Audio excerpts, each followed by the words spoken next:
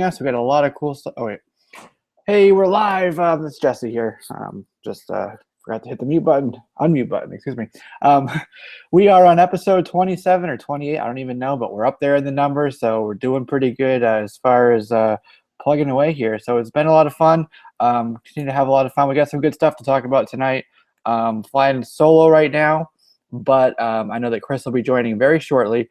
Hopefully Justin will, and I think Edwin will pop on a little bit later. So eventually we'll get to have a full panel. I may get a little bit crazy and put the link in the chat for somebody to join in if they are so inclined. But we got some good stuff to talk about. Of course, the big thing we're going to talk about tonight is something that dropped today, which was the Spider-Man Homecoming trailer.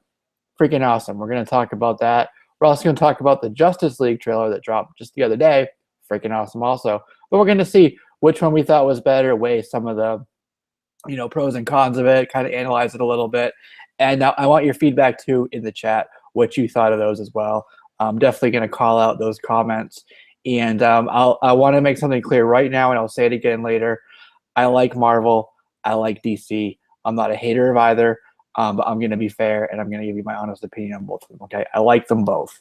I'm not a Marvel fanboy. I'm not a DC fanboy, okay? So if I say something, it doesn't mean I hate the other company. It doesn't mean I hate that property.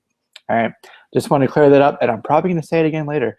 But first, use a little bit of catch up with what we usually do when people are here with us. I'm going to skip that right now because it's just me. So I'm going to jump right into a little bit of news. You guys may know some of this already, but actually I want to shout out a couple people that I see in the chat. Actually, I just have Blackpool here right now. What's up, brother? How you doing? We're definitely going to talk about a little bit of Valiant stuff. So, some cool things. I got one concern. Hopefully, you'll have some insight on that as well. I know you're a Valiant guy as well. But the first thing I just want to mention is that Netflix in August of this year is giving us a live-action Death Note movie. That comes from a manga by Sugumi Oba and Takeshi Obata did the original manga.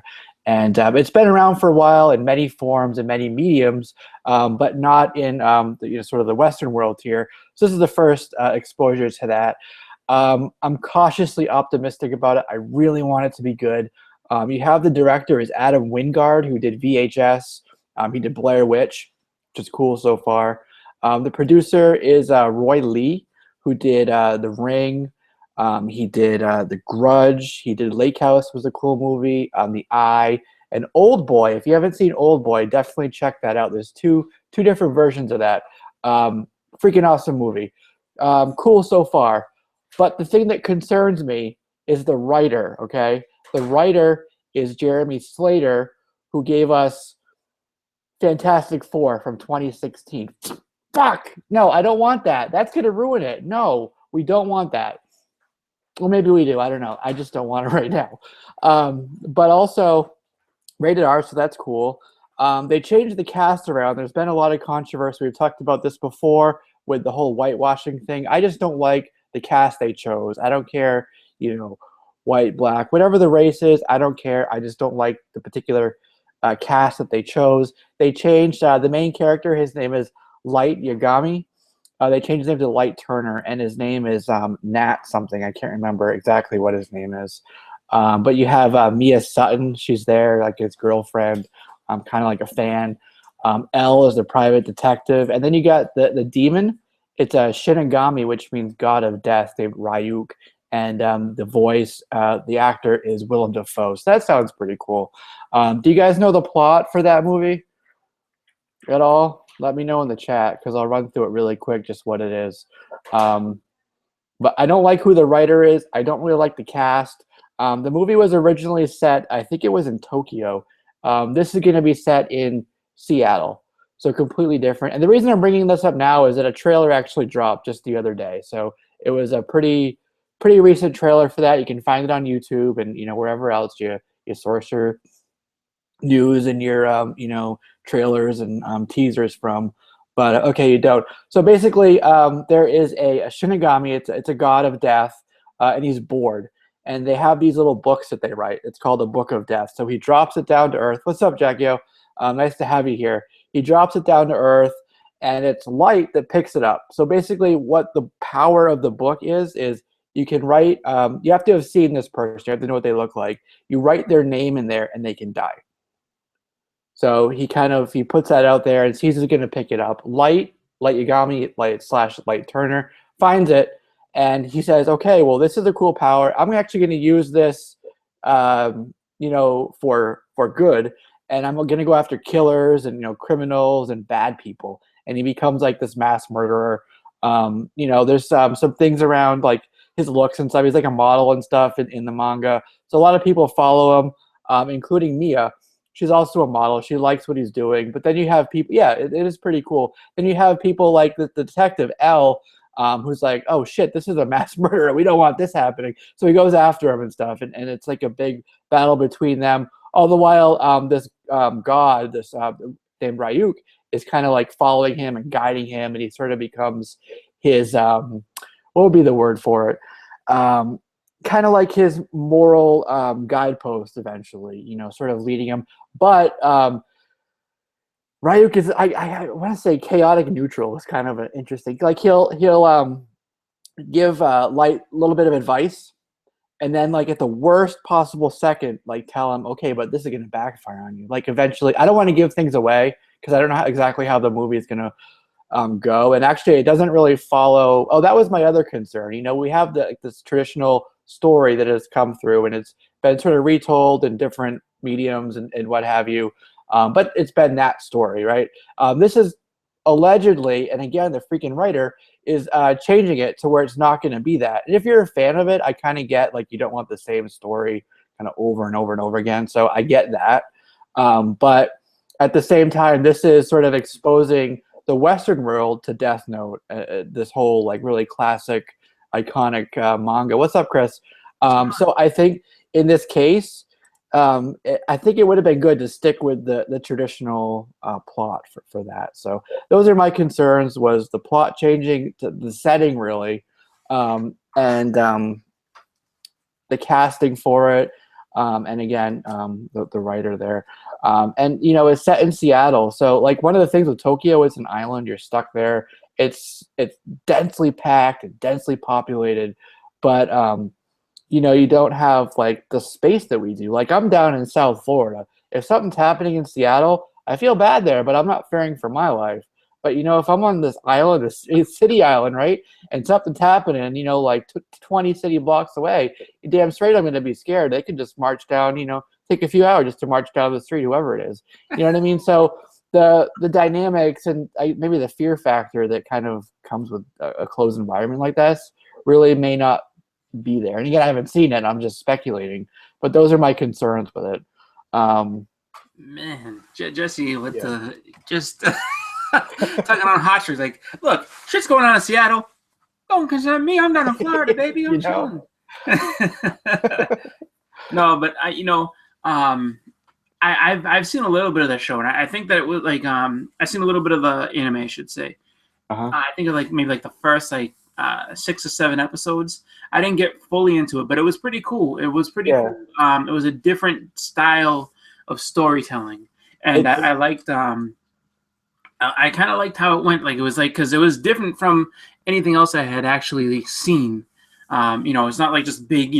Like it's not like Dragon Ball, which is just crazy action all the time. It's just like it's a little bit psychological, a little bit cerebral how they mess with everything, and then that kid has to make a list of who just keep making me a list of people to kill, and I'll go ahead and kill them. That's the agreement. You don't do it, then I'm coming for you. I was like, wow, that's kind of a like it brings in like the moral question, the ethical question. Like he thinks he's doing well. He's killing like bad people. He's killing murderers, but at the same time, he's a killer, right? So what's his moral compass? Is it like really off kilter, or is he onto something there? And I don't want you to. That's rhetorical, but that's a question that the show poses, right? Oh yeah. Yeah, definitely. I didn't know that it was set in Seattle. Like that's kind of a, that's kind of a smack in the face to the people of Seattle. Like if you think about it, it's like, it's always rainy and gloomy. And I remember, I don't know if it's still that way, but I remember, back when I guess when Kurt Cobain had committed suicide, they were just like, oh no, it's the suicide capital of the country. Like, it's just so gloomy, and it just, so I mean, in a way, it's just like, if that still is their title, if that still is, one of their claims to fame, or claims to infamy, I should say, that's kind of a smack in the face. It's like, you know what, we can't shed this image no matter what we do. Exactly, right? It's like the city was typecast. Yep, pretty much. It's like rainy grunge city. Shout outs, gotta do some shout outs. Blackpool, what's up, brother? I think I said that earlier, but hi again. Jason Smith is here. Hello, man. Thanks for joining us. We also have Seeking, and he added some to it, so he's kind of branching out from linear myth. Seeking anything, seeking any grade. Seeking just about any kind of grade comics except for good. Yeah. Seeking good, fair, and poor. Anything except mint comics. All right, Comically Flawed's here, a little late, but glad to have you here. He had to walk the dog. I hope that's not code for something. Glad to have you here. All right, so that was my sort of Death Note news. I'm just running through like the top news pieces. We normally do the catch up first, so I figured I would run through those kind of while I was waiting for you and the others, and then we can catch up afterwards, right, before we get into like the meat and potatoes of the show. Oh, that's cool. That was, I just, I was off for a little bit. Wife was, having a little bit of, pains, and it's just like, we're in the home stretch now. She's officially 4 weeks out, so it's just like, wow. any sort of thing. I'm like, what? You okay? I'm always just like, kind of like, I've seen one contraction, and I was like, oh, okay. So anytime she's like, I'm like, contraction? What are we working with here? Just let me know. Yeah. So 911. Yeah. Yep. So, just kind of always, just trying to keep an eye on her and everything like that. So yeah. All right, cool. But so I'm gonna share this with you. This, my friends, is Alicia Vikander. After 14 years, we're finally getting another Tomb Raider movie, right? Mm-hmm. And I freaking love the other ones, right? I think they were pretty awesome with what's her name? Help me out here. Angelina Jolie, right. Yep. I thought those were pretty cool, especially the first one. Like, they kind of got a little wacky with the second, the Cradle of Life. But I'm always concerned when they try to, like, reboot something. Ghostbusters, I'm looking at you. But I think she looks pretty damn good in that, tank top and everything. I think she'll do pretty well in this role. Yeah, I think they're going with the so I guess even within the game itself, like they've kind of gone to like a reboot where it's just like she is, I guess getting into like the very beginning. So it's kind of funny just because I don't know if I know that I want to say the second to last game, it came out, and I want to say like 2012, 13, somewhere in there. Yeah. And that was basically a prequel to everything. Like that was like her in the very, very beginning. So it's kind of funny to think that, everything that came out in like, the early PlayStation and Sega Saturn days is actually further along down the line than what's on, the current gen systems. But looking at the, looking at this actress who they have for the actual role of it, if they're going with those stories, she's dead on. Like, I mean, she looks almost exactly like the game model. Yeah. You'll get a couple interesting comments here. Comically Flawed says that she's too thin and small to play Lara. But Jack Yo said Vikander is hot. He loved her in Ex Machina. Yeah. I think that they're going with like, her dad like is missing. So she's supposed to be like a younger sort of version. I don't want to say it's like an origin, but it's like her, like one of her like earlier sort of ventures out, and she like finds a tomb and stuff. So I think based on the plot, like her frame, let's call it, kind of fits.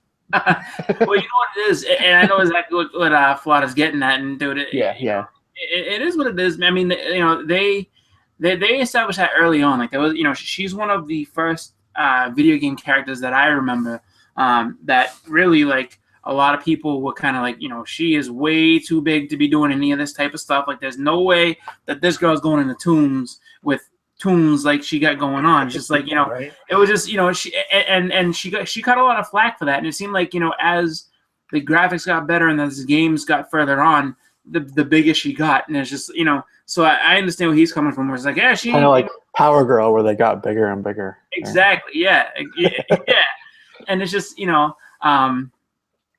I think it's kind of in a way, a smarter approach where it's just like, you do kind of have to go with that. But and especially where it's an origin story, it's like, you can set it back and be like, all right, she's, let's say 18 years old. She's a late bloomer. I mean, she bloomed a little bit, but she's gonna bloom a little more later on. But who knows? I mean, I think that this is one of those things where, the older movies, you kind of had the state of the art at the time, and this newer stuff. I mean, it's going to be pretty cool to see what they can get going on. So, it's definitely something that I will be paying attention to see, where they're going with it. Just because Tomb Raider was always a great game series. Yeah, absolutely.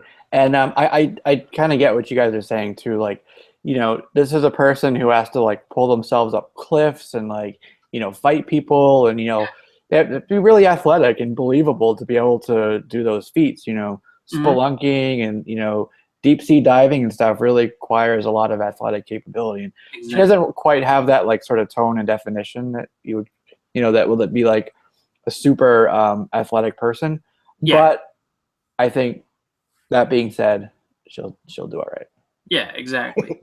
I mean, I think that, like you said before, we got to approach this, I guess, as kind of a origin of Lara. So maybe she's not going to be as, strong and athletic, and she's going to, I think she's going to be a little bit flawed in this movie. Actually, I shouldn't say a little bit. She's going to have a lot of flaws in this movie. Just a lot of things that, she doesn't quite know about, or maybe she has all these ideals of what she thinks is, how you go about, these missions and the truth and what's the best way. And then she finds out that, I got to learn my way around this again. So, it's definitely, definitely going to be interesting. So, yeah, for sure. I wonder how close to some of the game stories are going to go. That's the question. Yeah, I liked, I forget which one it was, but it was the one where, we'll get into that another time. That's fine. But I think I played most of the games. That's a series that I do like. So let's talk about some of the titles that are missing from solicits, right? We got a bunch. Some of them are kind of expected. Like, I don't think anybody expected Great Lakes Avengers to last that long. I don't think anybody, as fun as a book it is, your Fool Killer, your Solo, Slapstick, those books are going bye-bye. Thank World of Wakanda, as nice of a book as it is, I don't think they were going to have 3 Black Panther books on the shelves at once, right? No. So something had to give there. Yeah. And then Uncanny X-Men, they're kind of, it's evolving into something else, right? I think that's what's happening with a lot of these is they're kind of giving up the creative team and giving up the title so it can morph into whatever new campaign or new story arc they have going on, you know what I mean? So some of them are surprised, some of them aren't. Yeah, I mean, I can't see them getting rid of, Uncanny X-Men. I mean, it's been a title forever. You can't really get rid of it, but you can, with X-Men, X-Men Blue and Gold, you can definitely like, incorporate that into one of those titles or, something like that. Maybe they put it on hiatus for a little bit while, the Blue and Gold stories are getting underway. And then once you have more of a like finalized, solidified, actual team, then, you bring back Uncanny X-Men, Right, exactly.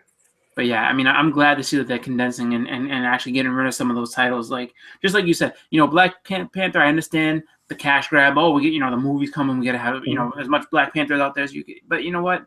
I mean, as great of a character as he is, it's just, you don't want to overdo it and get people sick of him before he hits the screen.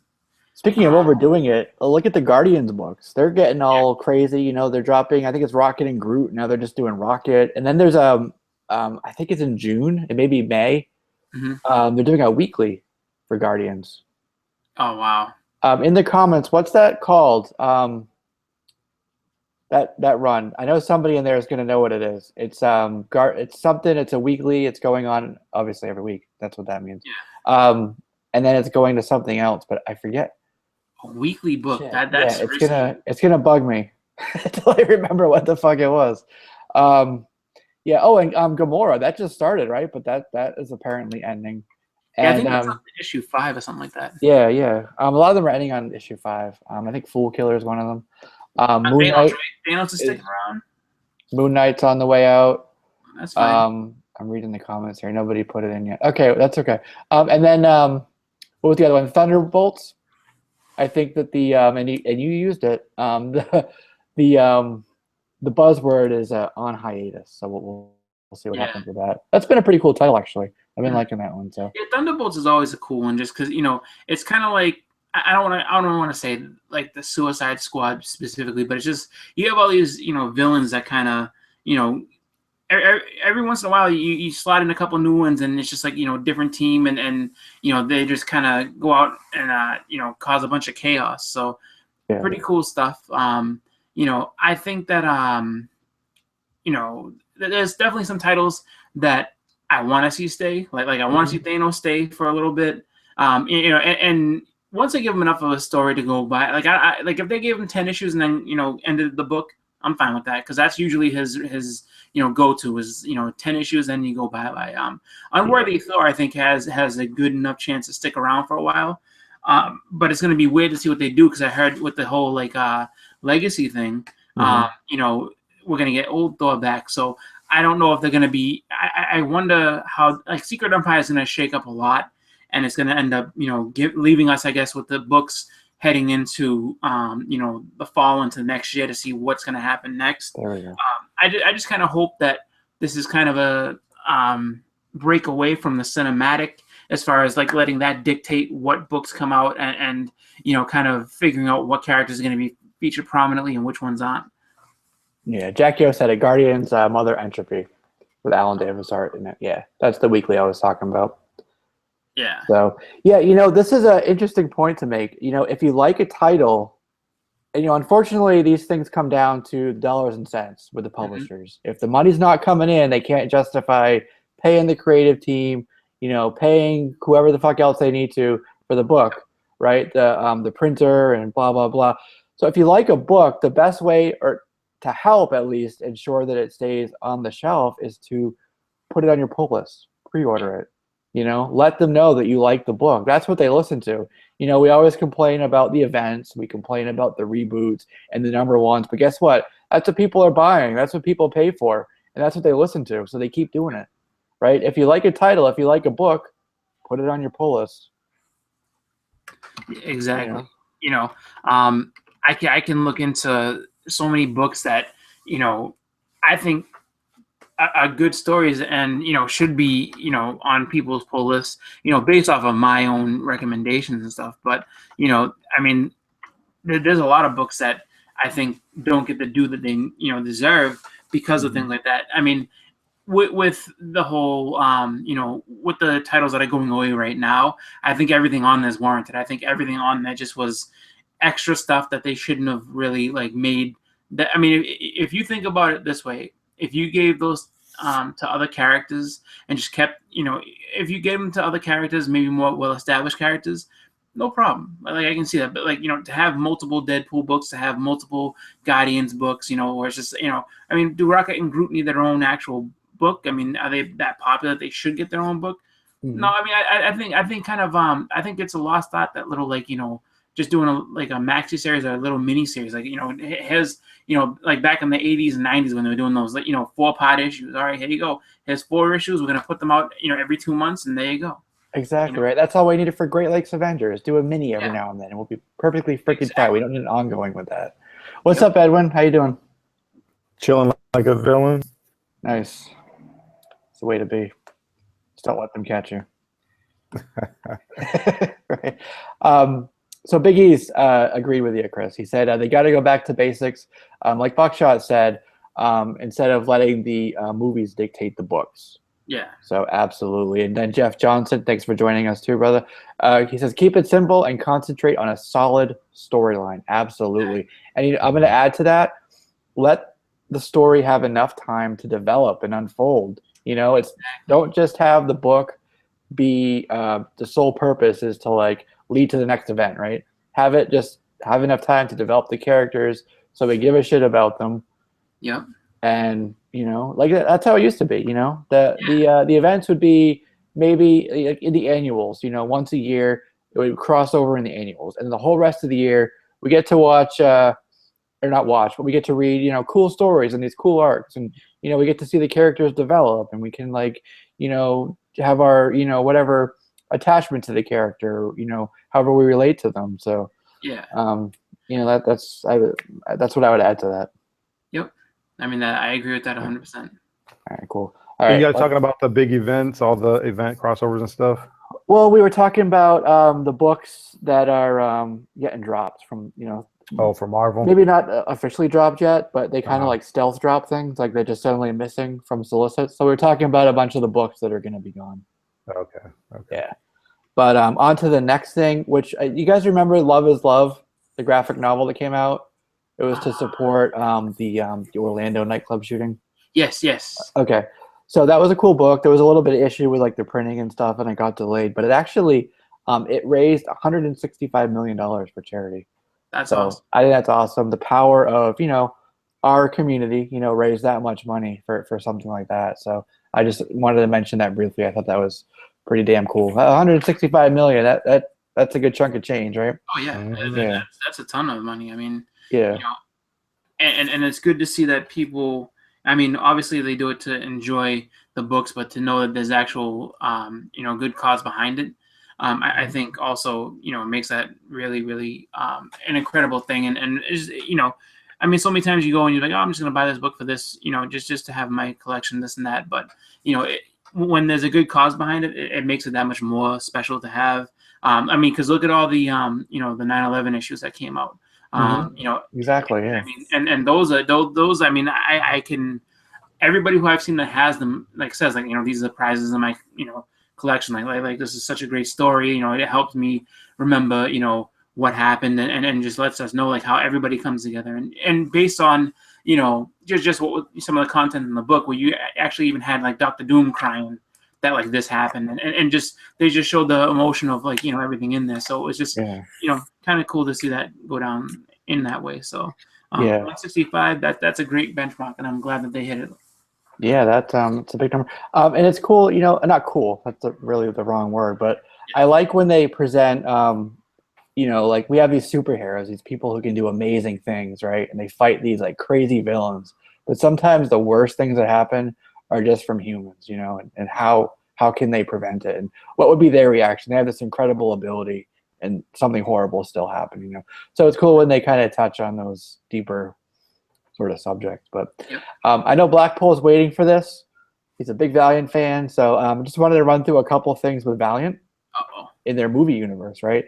So Archer and Armstrong has finally landed a director. And it's Terry Russo, I think. He did Pirates of the Caribbean. And they have Robert Fleischer, who did Zombieland, who's set to direct it. Oh, wow. Right? Yeah, that'll be good. Yeah. So it should be pretty cool. The interesting thing is that Valiant had a five picture Sony deal with Sony, right? Sony Studios. Mm-hmm. And this is being developed outside of that. It's being developed in-house. So they're going to make it and then sort of shop it around from there. But, I don't know if it's a good idea or a bad idea. I just know what Marvel did, and it was good for them at the time in the early 90s to sell off the properties.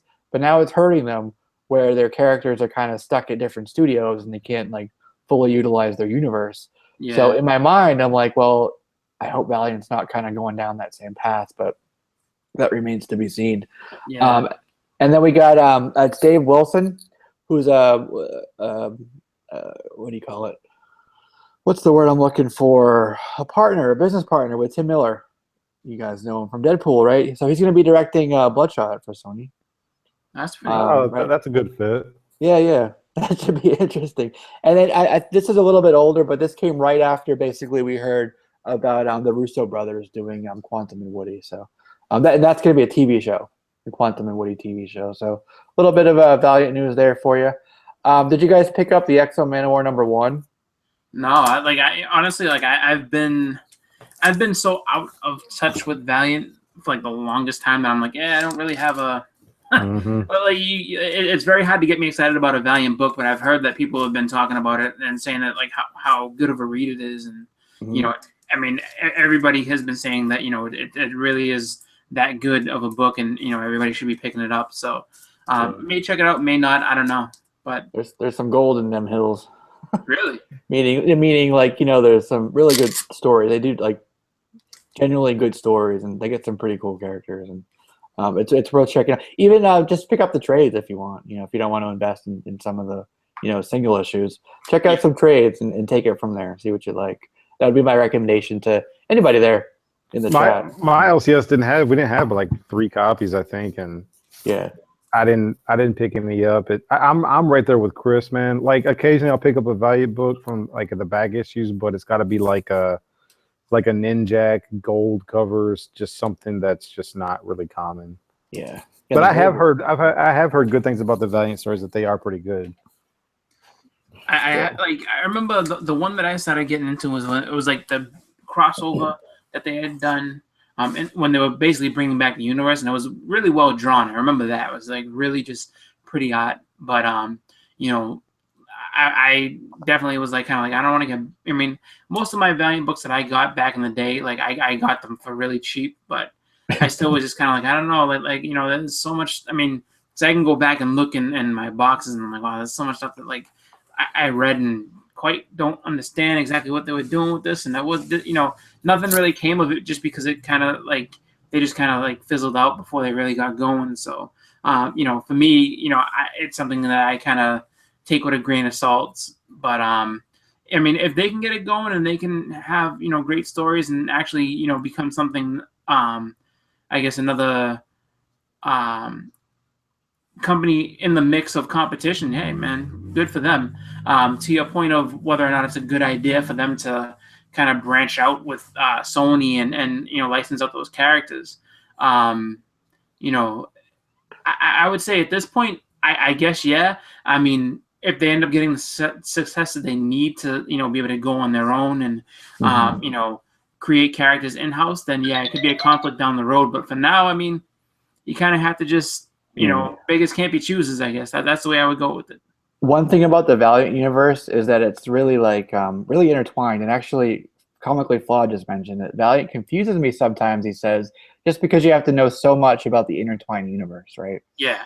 So if that does, like, the multiple studio thing has an effect on it, that's going to be damaging to their sort of they're, I don't know what the right word is, but they really did the whole intertwined thing, like from the ground up, right? From the start of their universe. That was like their goal, their vision to do. So I would imagine that's what they would want to do for their cinematic universe as well.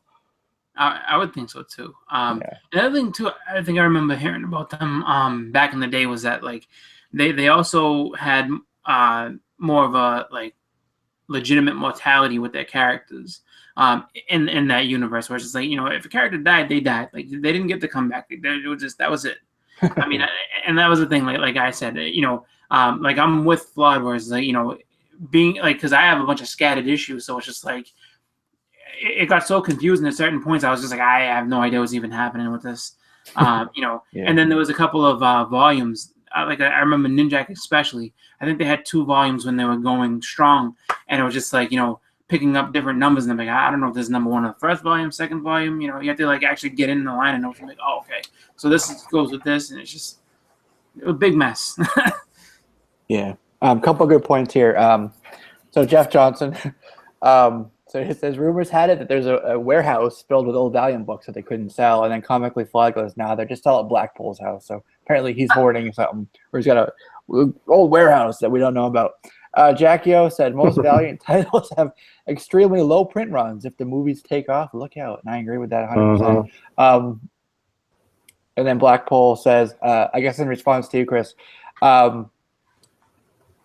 Valiant does a great recap at the start of each series, laying out the characters and the backstory. So it's a good place to start if you're looking for that.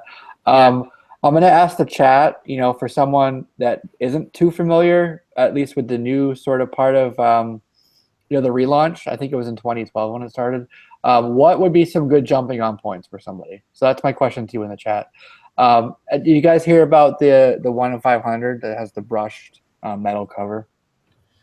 I didn't hear about that. Number 1. Saying, like, actually, I watched a video by Maki earlier today, and he was talking about, he showed off some books that he got back from CBCS, and then he was actually showing the Exo Manowar #1, and he was like, yeah, he's like, people are going crazy for this one. I mean, and there's a lot of variants, and then like some of them are very expensive. So I'm guessing that's the one that you're alluding to. That one, was it 500? Well, there's a couple. There's like a 1 in 50. You know, all the typical ratios. It's a 1 in 500. It's got literally a brushed aluminum cover. Because of that, it was shipped directly from Valiant, not through Diamond, because they didn't want the whole the thing, right? And you probably you said you shop. Well, I don't know. I think it was just the one issue, so only certain people would have gotten it. But so it came directly from Valiant, and I had heard, and I was told actually that like CGC wouldn't actually grade the book. However, there is a 9.8 on eBay right now, so I'm just curious what the grading standards and the grading points would be for the metal piece. Like, how do you? What would be the defects on that? That's kind of maybe something new. Scratches and rust. Is it real metal? Is that why they wouldn't grade it? Well, that's what I was told, but apparently they are. And then I actually put something to CBCS today, and then Steve Rickett said that CBCS will not grade a metal cover. Mm. Well, I mean, you got to figure scratches is going to be one thing, 100%, and then rust would have to be the other. I guess. I mean, if you that would actually make me. I would have to keep that away from my other books, so I'd be kind of nervous because it's like if that gets condensation, starts to rust, I figured that would put oxidation on other books. It wouldn't be good. Yeah, exactly. And that would tear right through the paper too. If it piece came up from the side, that's a pretty big defect. So yeah, I would want that slabbed, right away to kind of just keep it all together. I don't know. Yeah, so interesting on that book. So I don't know if you guys would be. Oh wait, Chris. Oh, we got a couple of comments here. Okay. So we got Blackpool's recommendation: 2 deluxe trades for Harbinger. That'll be a good one. Chris Ventura, what's up, man? Thanks for being here. Valiant does many variants. I remember the Armor Wars had a chromium variant for all the comics involved, so that's cool. Jackio recommends the Valiant Mini. It's called the Valiant. It's a $9.99 trade, so that would be a good idea. Blackpool agrees. It is free on Comixology if you have an account there, according to Blackpool.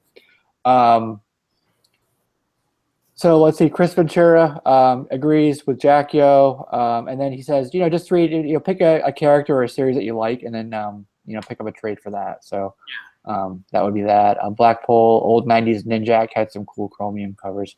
Yeah, man, they had they were like the shiniest of the shiny. I remember. Yeah. And now they do I think they're only, and I have one of them. I think it's for Bloodshot from the relaunch. They do the gold covers, and I think you can only pick them up at conventions. Yeah, I remember those shiny Ninjak. Oh, just the shiny covers in general. Cause I think I have one for all the main characters except for Harbinger because I didn't collect Harbinger. But man, if you when you open the cover and if you catch the sun right, if the sun's in the right spot, you will blind yourself. It reflects so bad off of that. But yeah, I remember those, and I remember thinking oh, those are really cool. One actually, I want to say it's I know Exo Manowar was worked on by Joe Quesada. That's a book, that's a title that he worked on. And way back in the day, right? Huh? Way back in the day, right? Yeah. Yeah. And then I think I don't know if it's Ninjak. It might have been Exo. It's either Exo or Ninjak. I think Jimmy Palmiotti worked on. Oh yeah, I mean a lot of those Marvel and DC guys worked on. Even Jim Shooter, I think, worked on some Valiant stuff way back in the day. Yeah. Yeah, they were a couple of them were the ones who created Archer and Armstrong too. It was Shooter. Who was it? Roy Thomas, I think, was one of them. I think. Yeah. So yeah, a lot of them have come through Valiant. And that's a testament to attracted talent. It must be a good company, right? Yeah. I think Nintendo launched a bunch of books through Valiant too, if I'm not mistaken. Like Captain and the Game Master, I think, was on there, and I think there was one more, and I can't think of it off the top of my head, but I used to have it. And I just remember that because I remember the little compass being on there, which is it's just funny. Can you Nintendo comics back in the I think it was Super Mario Brothers had a comic through Valiant too. And it's just I'm sure the print runs on those are extremely low, but it's just I don't even know what mine are, and it's just I got those when I was 8 or 9. So it's just like really obscure stuff. Yeah, right. All About Comics. What's up, brother? Thanks for being here, and thanks to you also, Ramiro Gomez. What's up, man? Jeff Johnson says, I have a Lady Death #1 with a metal cover with jewels on it. That sounds valuable. None of the grading company will grade it because the jewels on the cover will get messed up and scratch up the case. Yeah, I could see that happening with like the interior of the case, and obviously the jewels, depending on what they are, it would be a harder density than the what is it, the barracks, I guess, the interior part, right? The interior chamber of the case. Yep. Yeah, anyways, so yeah, it would definitely scratch it. That would suck. And Chris is like, hey, you're lucky to have that. So that's cool. All right, so let's move on to the next thing because I'm trying to get through this to get to the big debate we got going on here. So I don't know if you guys find this type of thing interesting, but I do. I just kind of like getting into the sort of like nitty gritty of things. So there was a lawsuit, and this would be like if you're a YouTuber, it calls up some questions about copyright and property and what qualifies for that, right? So I know we all have those issues with that. So there was a company who actually sued Marvel because of the Iron Man 3 cover. And it was Ben and Ray Lai. Apparently they had a book called Radix back in 2001. And you can see it here. Can you see it on the screen? Yep. Mm-hmm. Okay. So let me present it to all of y'all. So it looks similar, right? Same pose, the haircut. But that's a very common superhero pose. I mean, and that's exactly what the judge said. So he goes, and you can see it there, that Oakton. He says the idea of highly mechanized suit of armor and the fighting pose are unpredictable elements. And those are common things that you would see in superhero or comic books. There are some things like the hairstyle, the blue light, the color of the suits. So anyways, I thought that was interesting, but I don't want to dwell on that because it's probably not interesting to everybody. The next thing I'm going to show you is, boom. See that car? Yes. It looked sort of like Suicide Squad with Batman, right? Obviously, the car is not as shiny, but that's Black Panther. That's from the movie. Yeah, he's on the top of the car. So it's like that scene where Batman was on the top of Joker's car. Mm-hmm. Mm-hmm. This was filmed in Korea. So I just thought, interesting that they did a sort of similar scene to it. And one of the things I find interesting also is, and this is kind of a testament to, in my opinion, one of the whole DC versus Marvel sort of conversations, is the DC one was like highly stylized, right? There was so many colors and like neon and all this stuff. Yep. And this one, very similar, on top of the car, doing God knows what, probably going fast, probably punching windows. But it looks,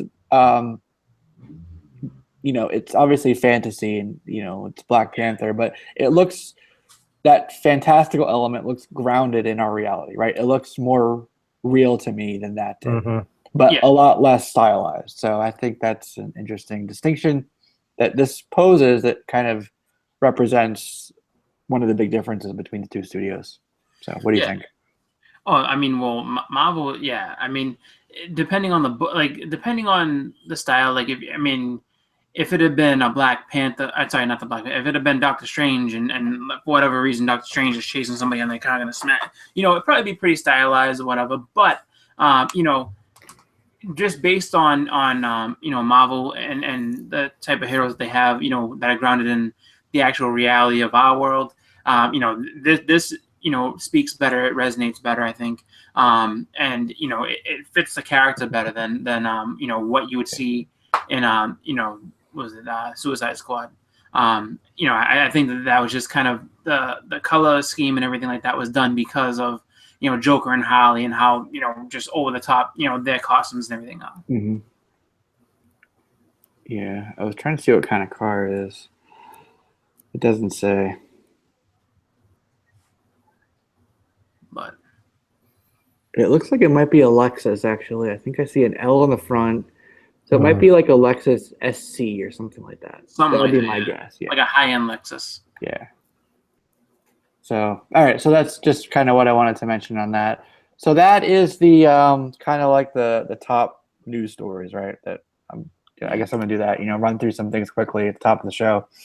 I wanted to say about that lawsuit just really quickly. It's just like, sure. That I think would be, I mean, that in a way, the pose, yeah, all right, you can't really copyright a pose, I would say, and all the rest, with all the similarities, it's just like, with all due respect, he's taking on Disney.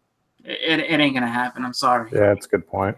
Even if you are independent and you have the best case on earth, like this is what it's just they're gonna find a loophole. It's Disney. Like I mean, literally, if it was something where they thought they were gonna end up losing, they would just string it out forever, and exactly. You would be long dead before you ever won that case. Yeah, you'll run out of money or die. Yep.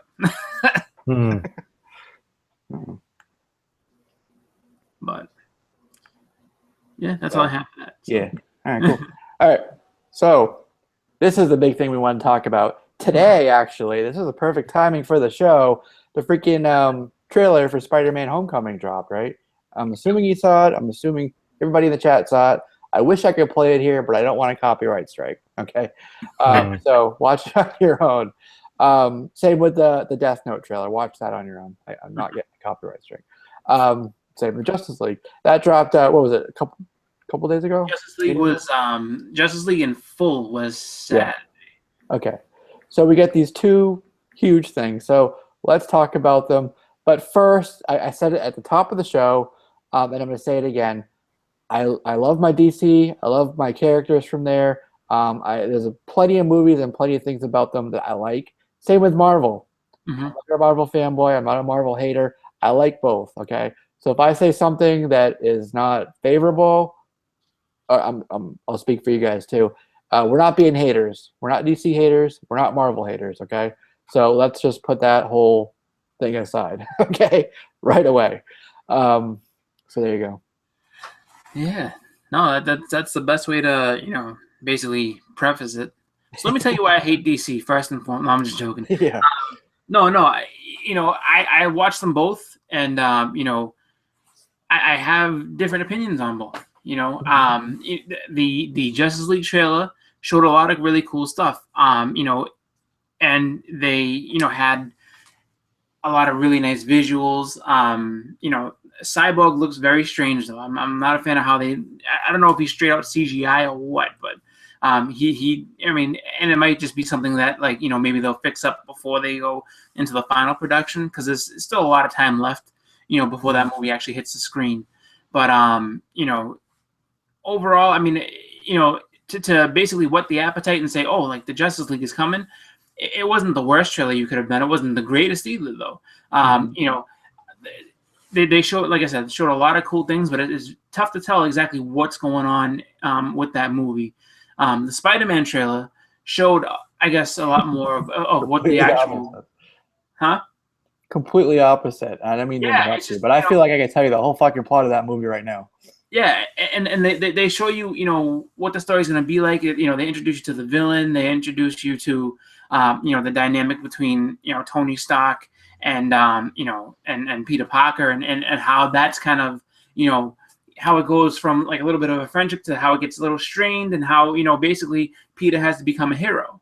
Like, just because he pretty much lays it out there to him, is like, look, if you can't do things without the suit, then you don't deserve the suit. So, I think that in terms of everything, from what I know, from what I've seen, from the past, all the rest of it, I think that Homecoming is probably going to be the better of the two. And I say that not as a hater of any sort of genre, because Justice League has a lot of really great characters. They have some amazing villains that they can put in there from DC as well. But the thing is, I was excited. Really excited for Suicide Squad based off the trailer, because it looked really good. And, the more they kept putting out there, it looked really good.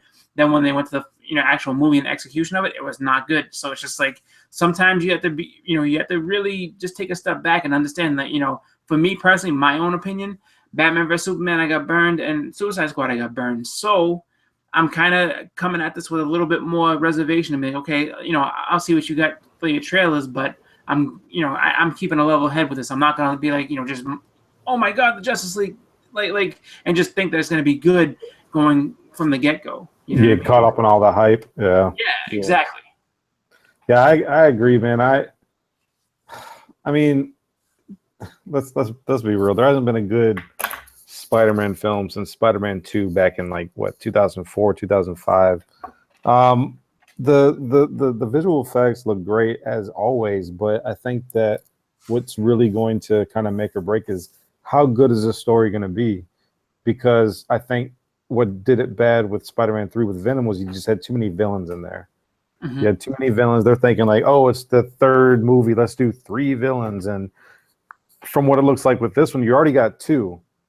You already got 2. You got a new Mary Jane. You got a new Peter Parker. You got Iron Man in there, which I guess you don't need any story development for Iron Man. But and I hope to God they don't do another origin story. My goodness, if they do, you're never going to hear the end of it from me. If they do another origin story for Spider-Man. But anyways, you know, I kind of look at it like they might already be trying to be presenting too much with the Vulture, and Shocker's supposed to be in this one, right? Yeah, he's in the trailer. Yeah, but they didn't. Yeah. Did they show him in the Very trailer? quickly, yeah. Bokeem and Woodbine, right? That's who it is. Yeah, they showed him very quickly. He has like a thing on his arm, and like. Okay. Yeah. All right. But they showed more of like the Vulture in the trailer, and that was a pretty long trailer. I was just watching it again.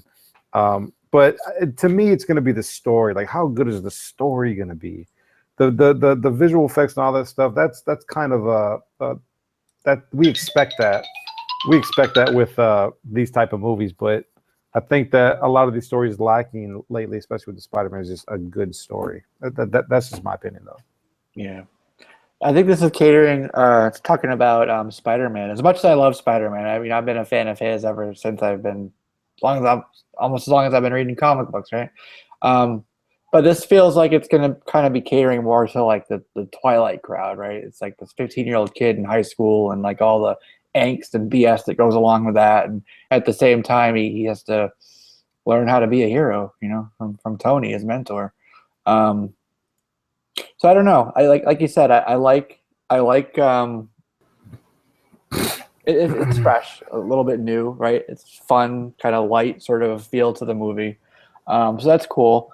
I like that it feels grounded, I guess. And I said that with the Black Panther thing. It feels the fantasy of it feels grounded in our reality. Like you could picture this and see it taking place in New York City, right? You can see it taking place on the side of a building, right in the Staten Island ferry. You know what I mean? You feel it. If you suspend a little bit, obviously, you can believe that it could actually happen there, right? So I'm looking forward to it. But like you said, Edwin, and you made a good point, there hasn't been a good Spider-Man movie or really a good Sony superhero movie that I can think of for quite some time. So I know they got Feige that are helping them. So maybe that's going to kind of kick it off in a different direction. But I think there's a little bit of desperation on Sony's part because I think they know that because you have Iron Man in there. And did I see, was Ant-Man? Did Ant-Man have a little part? No, that's like a nanobot thing, I think, on his. Is that what that was? Suit. Yeah, that's actually the spider. You know, he presses it like his suit's loose. Oh, and that's how his friend's able to wear it.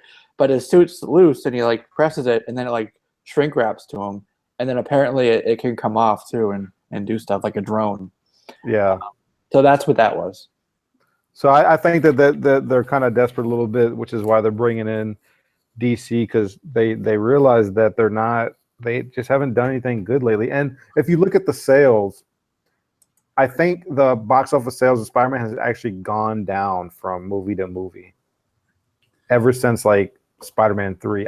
I'm usually pretty attentive when I'm watching a film, especially Spider-Man is like my favorite superhero. But I almost fell asleep in the first Amazing Spider-Man with the lizard. I was literally just getting bored and almost fell asleep. So that says a lot. That says a lot on how bad the movie was. But I mean, we'll see, man. I mean, I'm gonna go in with low expectations as I usually do now with these Spider-Man movies. Just to me, you just have to go in with low expectations, and maybe you'll get surprised. Yeah, I didn't have a problem with the last two Spider-Man. Like the Jamie Foxx, the villain part with Jamie Foxx. I obviously I wasn't a big fan of Electro, but I think that I think that Andrew Garfield didn't do too bad of a job. That's just my opinion. I think that overall, like with him and Gwen, like him and Gwen Stacy's relationship, I think was the main focus of the second movie, and it wasn't too bad.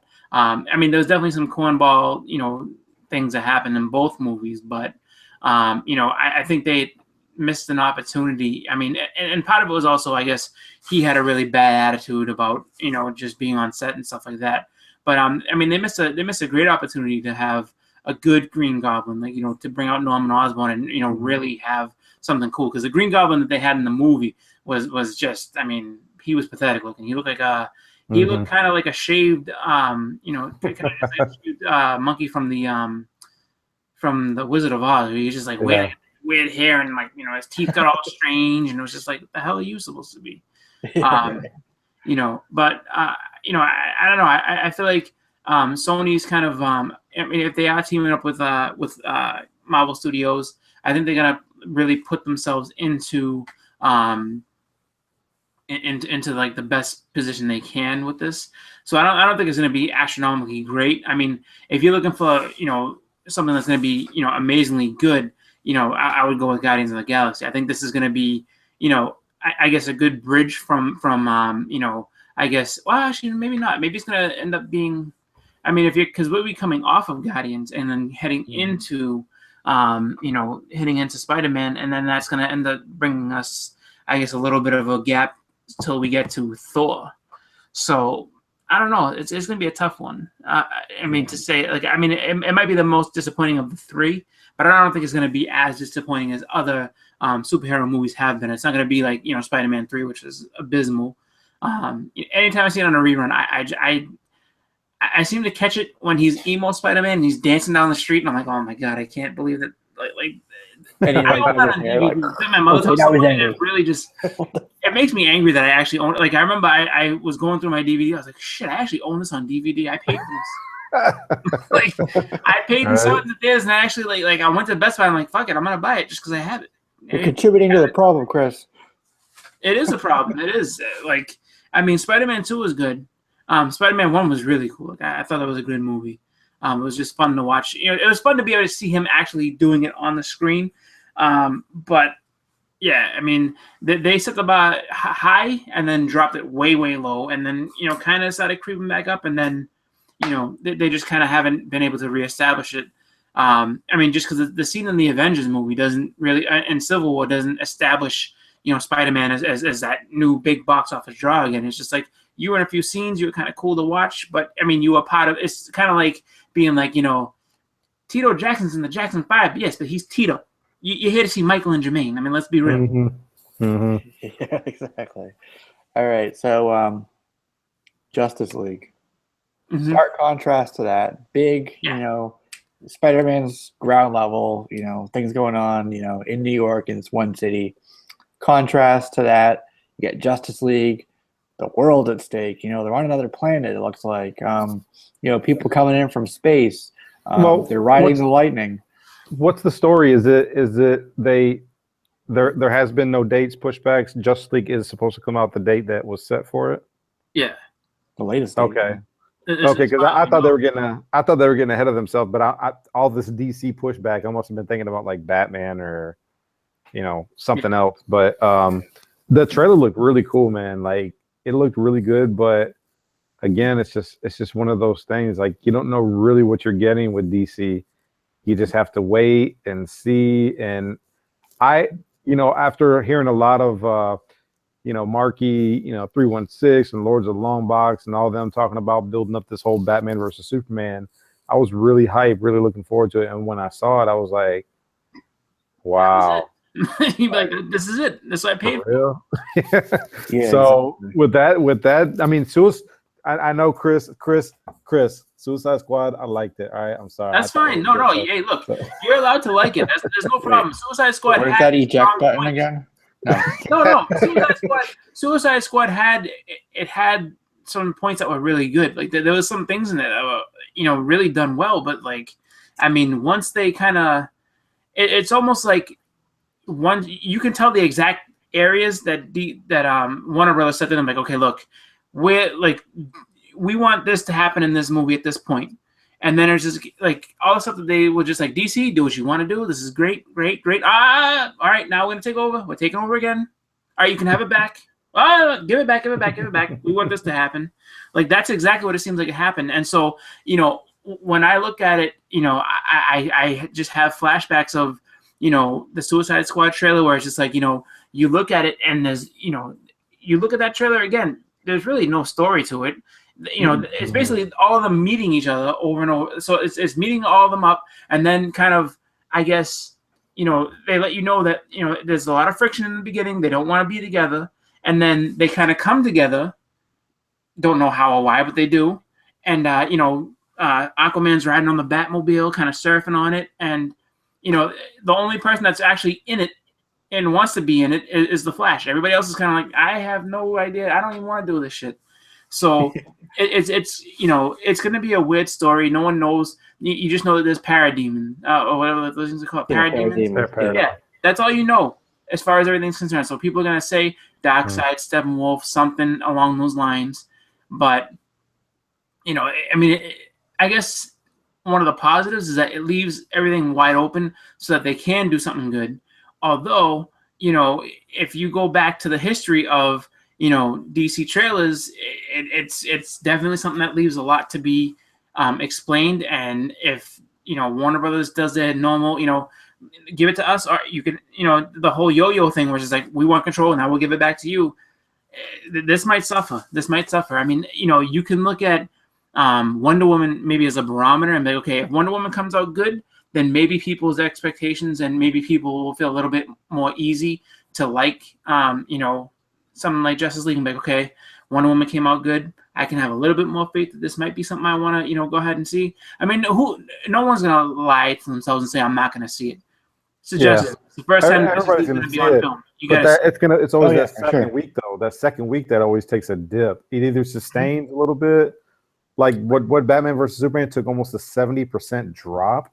That's ridiculous. Well, that's because people were disappointed, and people let that. I mean, the people that saw it and didn't like it let everybody know right away. Yeah. And then that just kind of, whether the sentiment, whether it was genuine, I don't like this, or just hearing, my friend said this sucked, and this guy over here said it sucked. So I guess what, it sucks. I don't know, because I mean, a lot of that word of mouth and just whole, just spreading of opinion can kind of lower people's perception of things too. Well, they did kind of like it.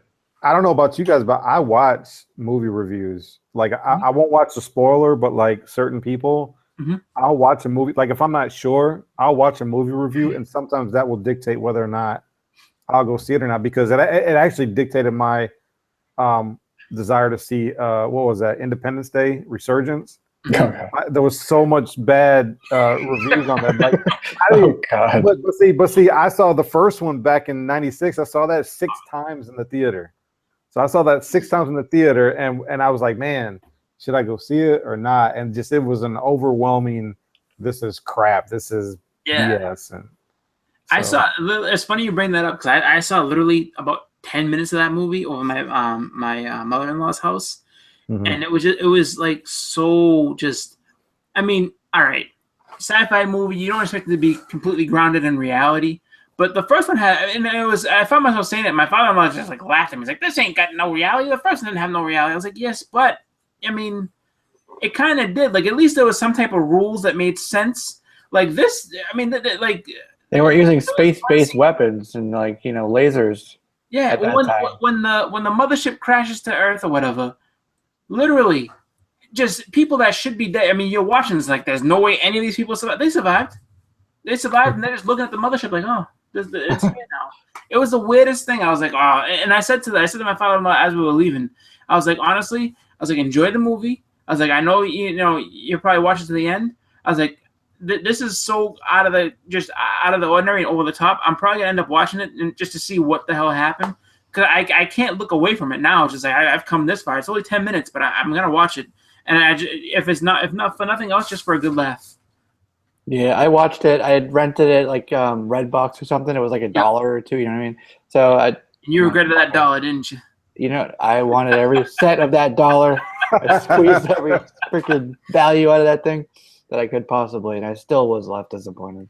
But yeah, kind of, back to the Justice League thing. I think that they've learned a little bit from BVS, Batman versus Superman, in that they haven't given us too much of the plot, right? That was one of the complaints, at least that I had, was when the trailer came out.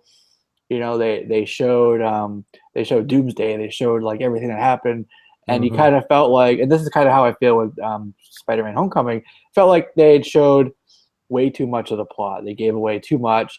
They showed the big baddie at the end, So when it got to that, it took some of that sort of surprise and wow factor out of it. But I do feel that Snyder is kind of relying on his visual CGI bath that he always does. It's like way too much CGI. And again, and I keep saying this, it's not grounded in our reality. It doesn't feel like it's on this earth. It doesn't feel like it's, a realistic sort of movie. It feels like green screen action to me. Yeah. Well, he's still playing off 300. How many years has it been now? That's true.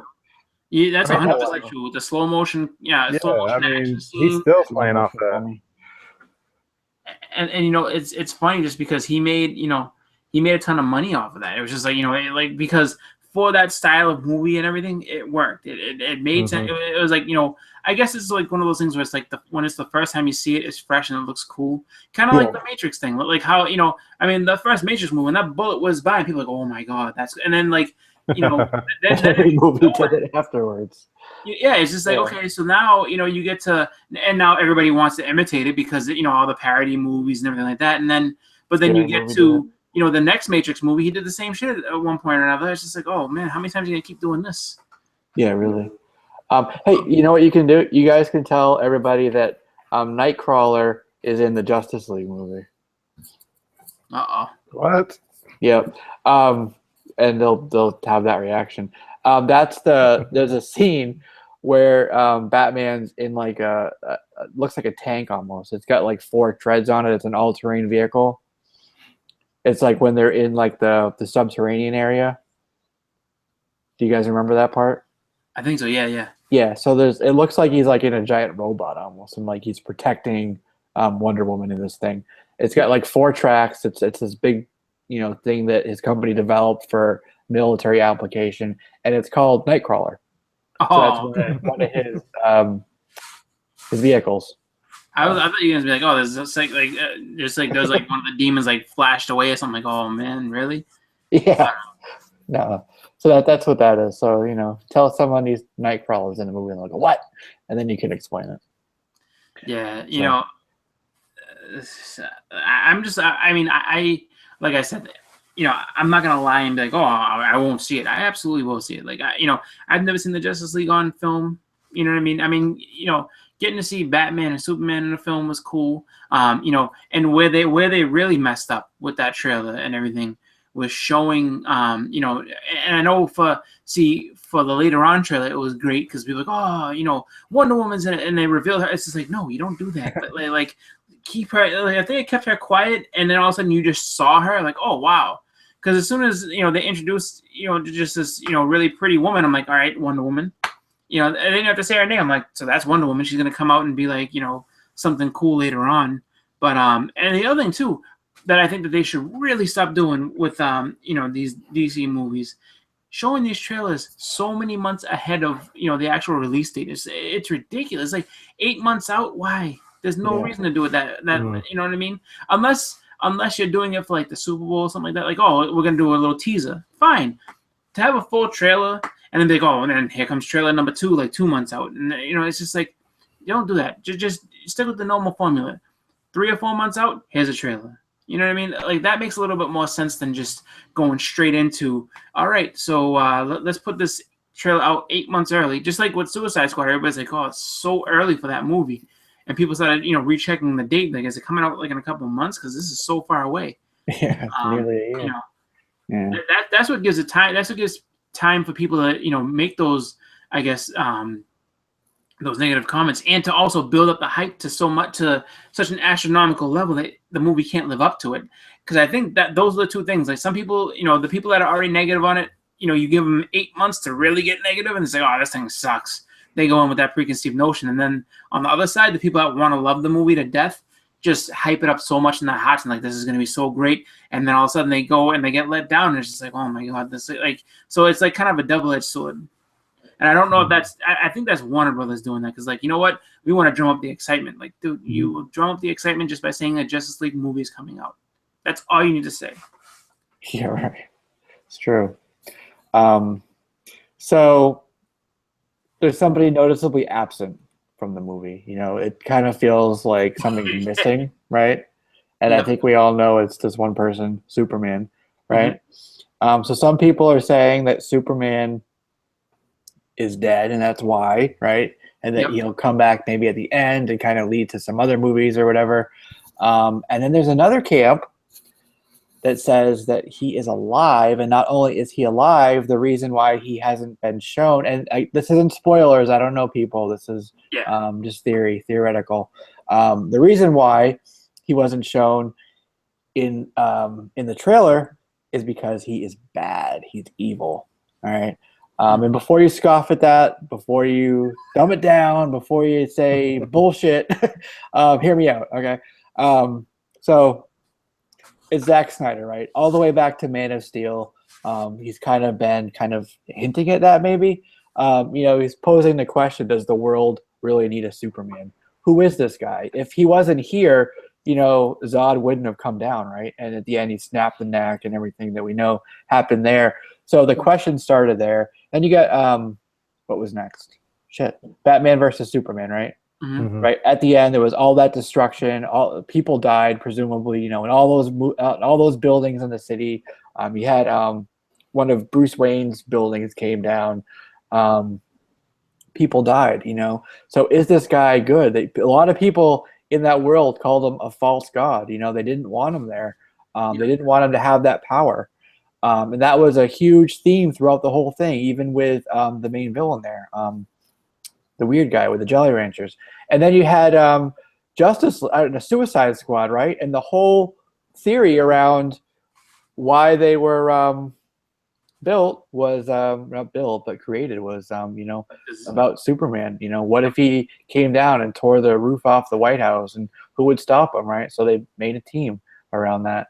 And then in the same movie, we had a scene where it was a flashback or something. Not a flashback. It was in his mind, but it was with Batman on a home world with parademons, and there is an evil Superman there, right? Yep. With the lasers. And that looks like just like the world that they go to in the movie, in the trailer here to do what I think is, and I'll get to that in a second, what I think that is.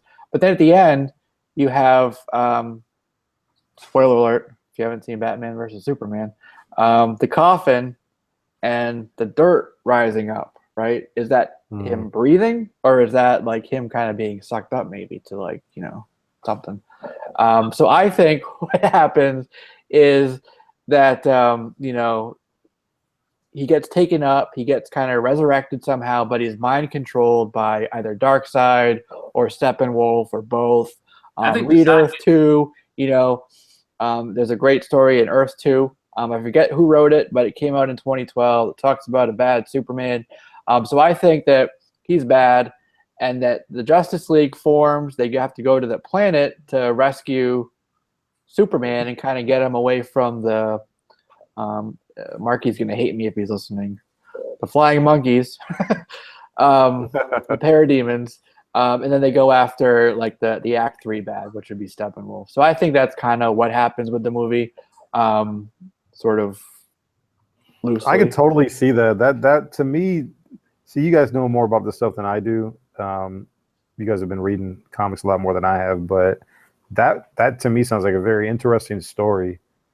Because you're right, you don't see him in the trailer, and then it's a good way to kind of bring in Darkseid also. Yeah. I'm reminded of the what's that storyline where he was in a dream though, where Superman had for the man who has everything. Yeah, he had like this with the Black Mercy alien thing attached to his chest. Yep. Yeah, Mongo did it. He put it on his chest. Yeah. Yep. It's an Alan Moore story. Yeah. And what comes out very soon before we get Justice League? Injustice 2. Yep. Right? And what is Superman in that? Oh, yeah. So, again, theory, conjecture, whatever you want to call it. But to me, the pieces are there. It makes sense. Yeah, I mean, I can see it. Like all you have to do is just explain that the dirt is being moved by a boom tube. They bring them to Apocalypse. And then I think that, you could also introduce Desaad, because I think Desaad is more of the, trickster, like mind type guy. And I think maybe he whoops his mind. And, just because, I mean, he's Superman's susceptible to magic and whatever. So it's not that hard to figure that, they mind control him, how they snap him out of it, with the Justice League. Because I don't think they have any, people that have mind control. Like Martian Manhunter's not in it, at least not now. He's not shown. They don't have like Zatanna or anybody else who can break a spell. So, it's going to be kind of a, interesting to see if that's the story. Like, if they do it right, it could be a good movie. It's just all about the execution, and I don't, we don't know enough with this trailer to be able to say, whether or not it's going to lean to good or bad. We all know that it's going to end up being something where we all go and see it and then come and have our opinions. So, oh yeah, there'll be a show about that for sure. For DC's cinematic universe sake, hopefully it's good. I mean, if it's not, and it's just like, ends up being another disappointment, especially if Wonder Woman is a disappointment as well, then they're going to pack it in. It's all done. That's the way I feel about it. Even though they have other movies on the docket, they just might as well just be like, you know what?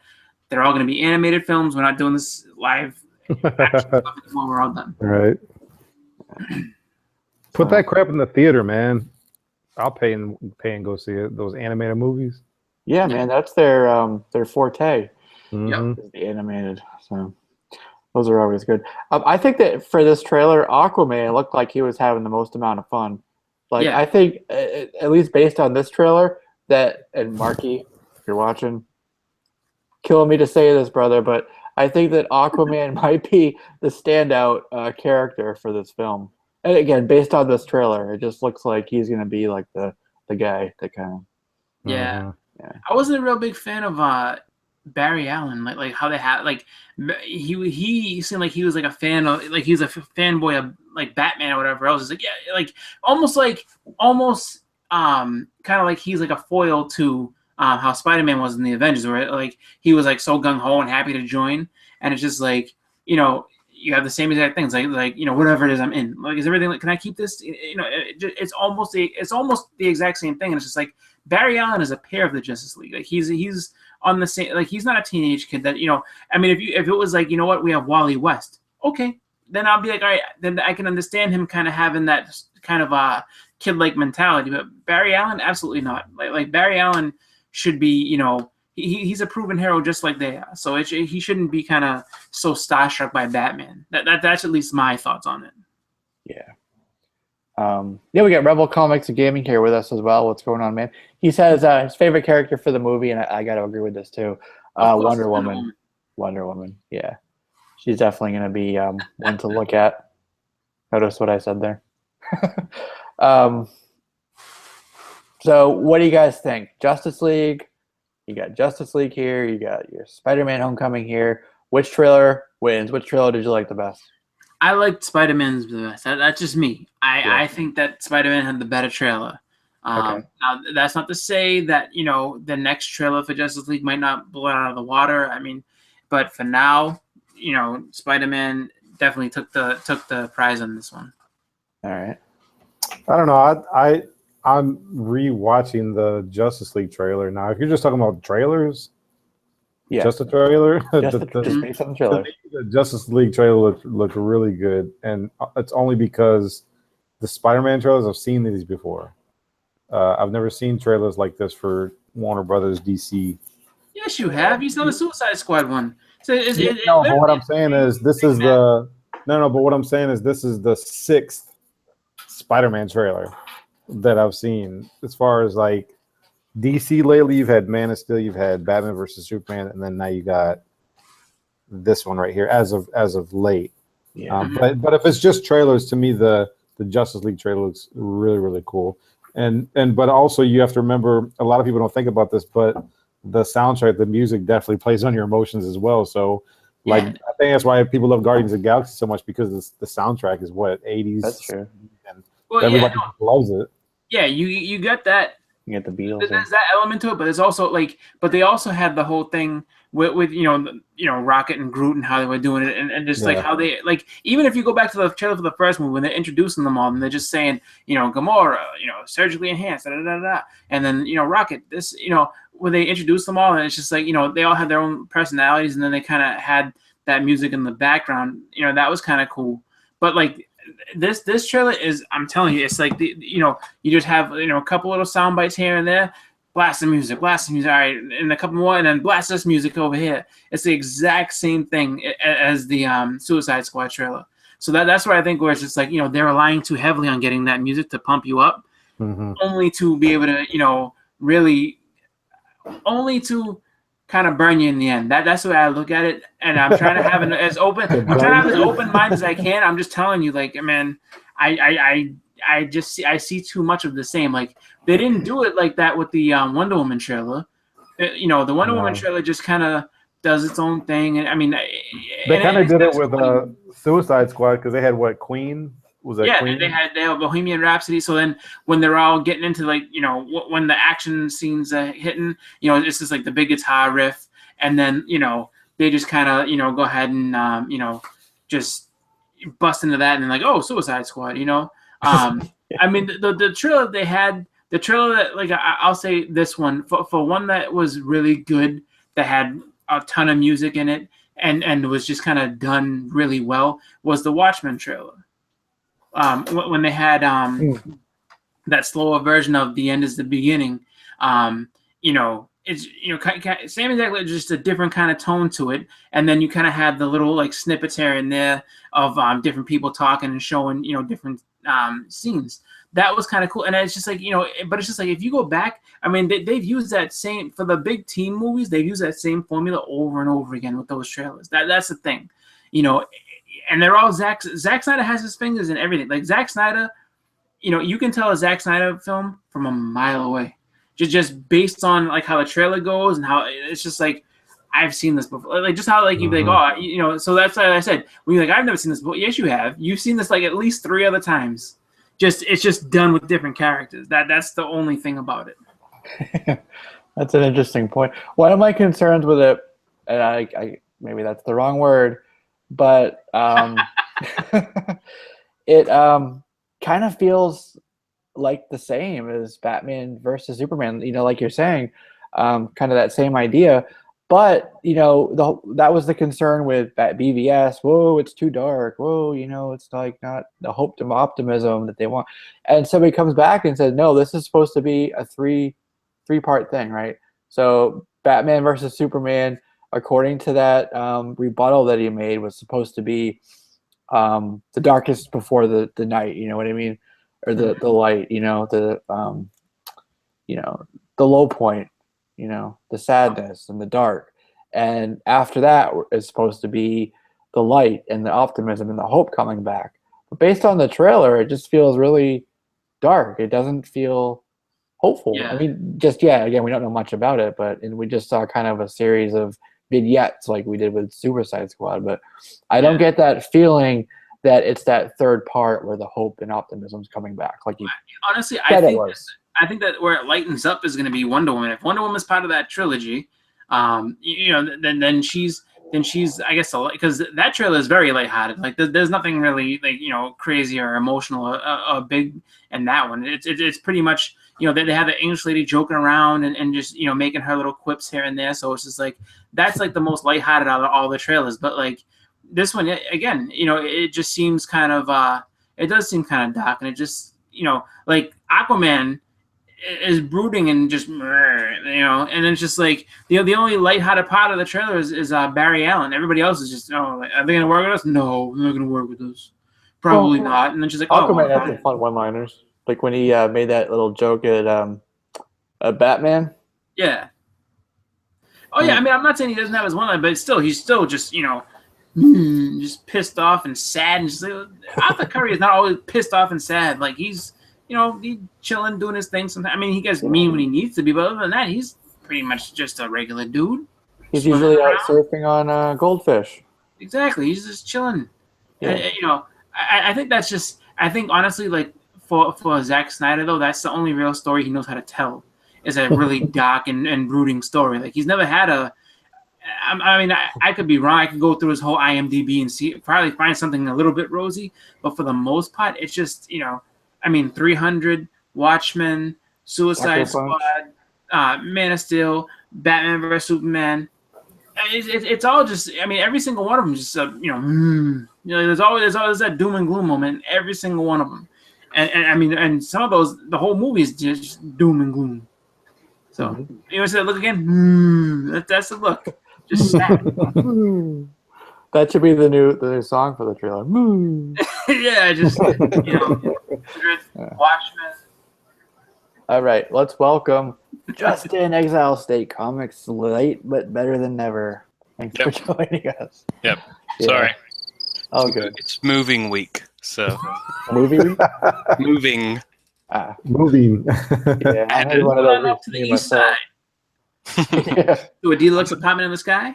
Oh man, I'm moving so close to my comic book store. It's not even funny. It's not going to be good. Oh man, not going to be good. Trouble. Are you moving from West Philadelphia? Yep, born and raised. I like the Jefferson's reference better. No, but man, if I ever win the lottery, I swear to God, I'll make a YouTube video with just that song playing in the background. I love that song. It's better than like if you do anything good and put on the Jefferson song, it'll pep you up. It makes you feel good. So how things been going tonight? What's everybody's verdict on everything? I think we kind of split on the whole. Yeah. I think we're split on the trailers. Uh-oh. Me and Ed would have opposite opinions. Not drastically opposite, but opposite. And Jesse's kind of like, in the middle. So I haven't said which one I like better yet, though. No, that's what I'm saying. So you're kind of in the middle, but like so far we have opposites. So, should we let Justin? You should give your opinion on what you saw first, and then we'll let Jesse see if he can be the tiebreaker or if he's just gonna have to sit there and just be a stalemate.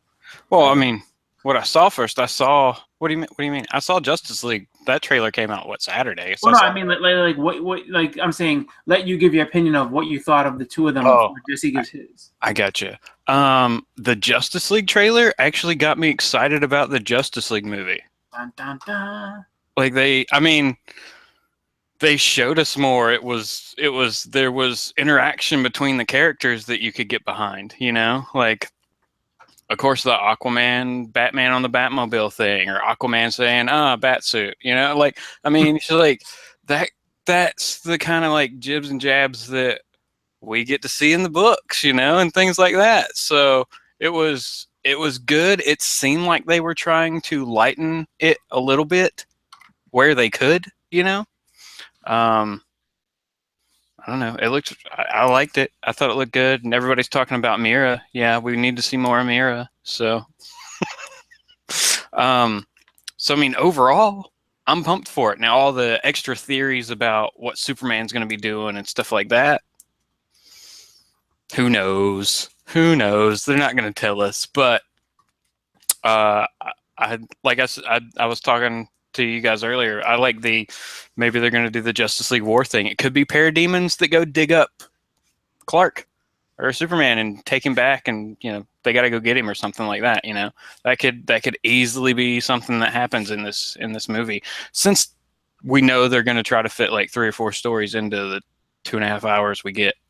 So, but then overall, I'm more pumped about Justice League. I'm more pumped than I was. You know what I'm saying? Spider-Man, though, I liked it. I thought, especially like him and his buddy, Like that was fun. Like him trying on the suit and stuff like that. That was kind of cool and fun. Then like us getting to see that he's going to get his suit taken away and go back to his original suit for a while or something like that. That I didn't see that coming. I didn't know that was going to happen. So that's going to be kind of cool. But I don't know. I was already excited for Spider-Man, so it didn't really give me any more excitement other than yay, Spider-Man, you know? So overall, which one was better to me? Justice League, trailer-wise, because it got me more excited for a film, you know? That's my opinions. All right. All right, cool. They're popping off in the chat with some Sanford and Sons. Ooh, this man. They're having fun with that. That's because I was doing my Jeffersons thing. That's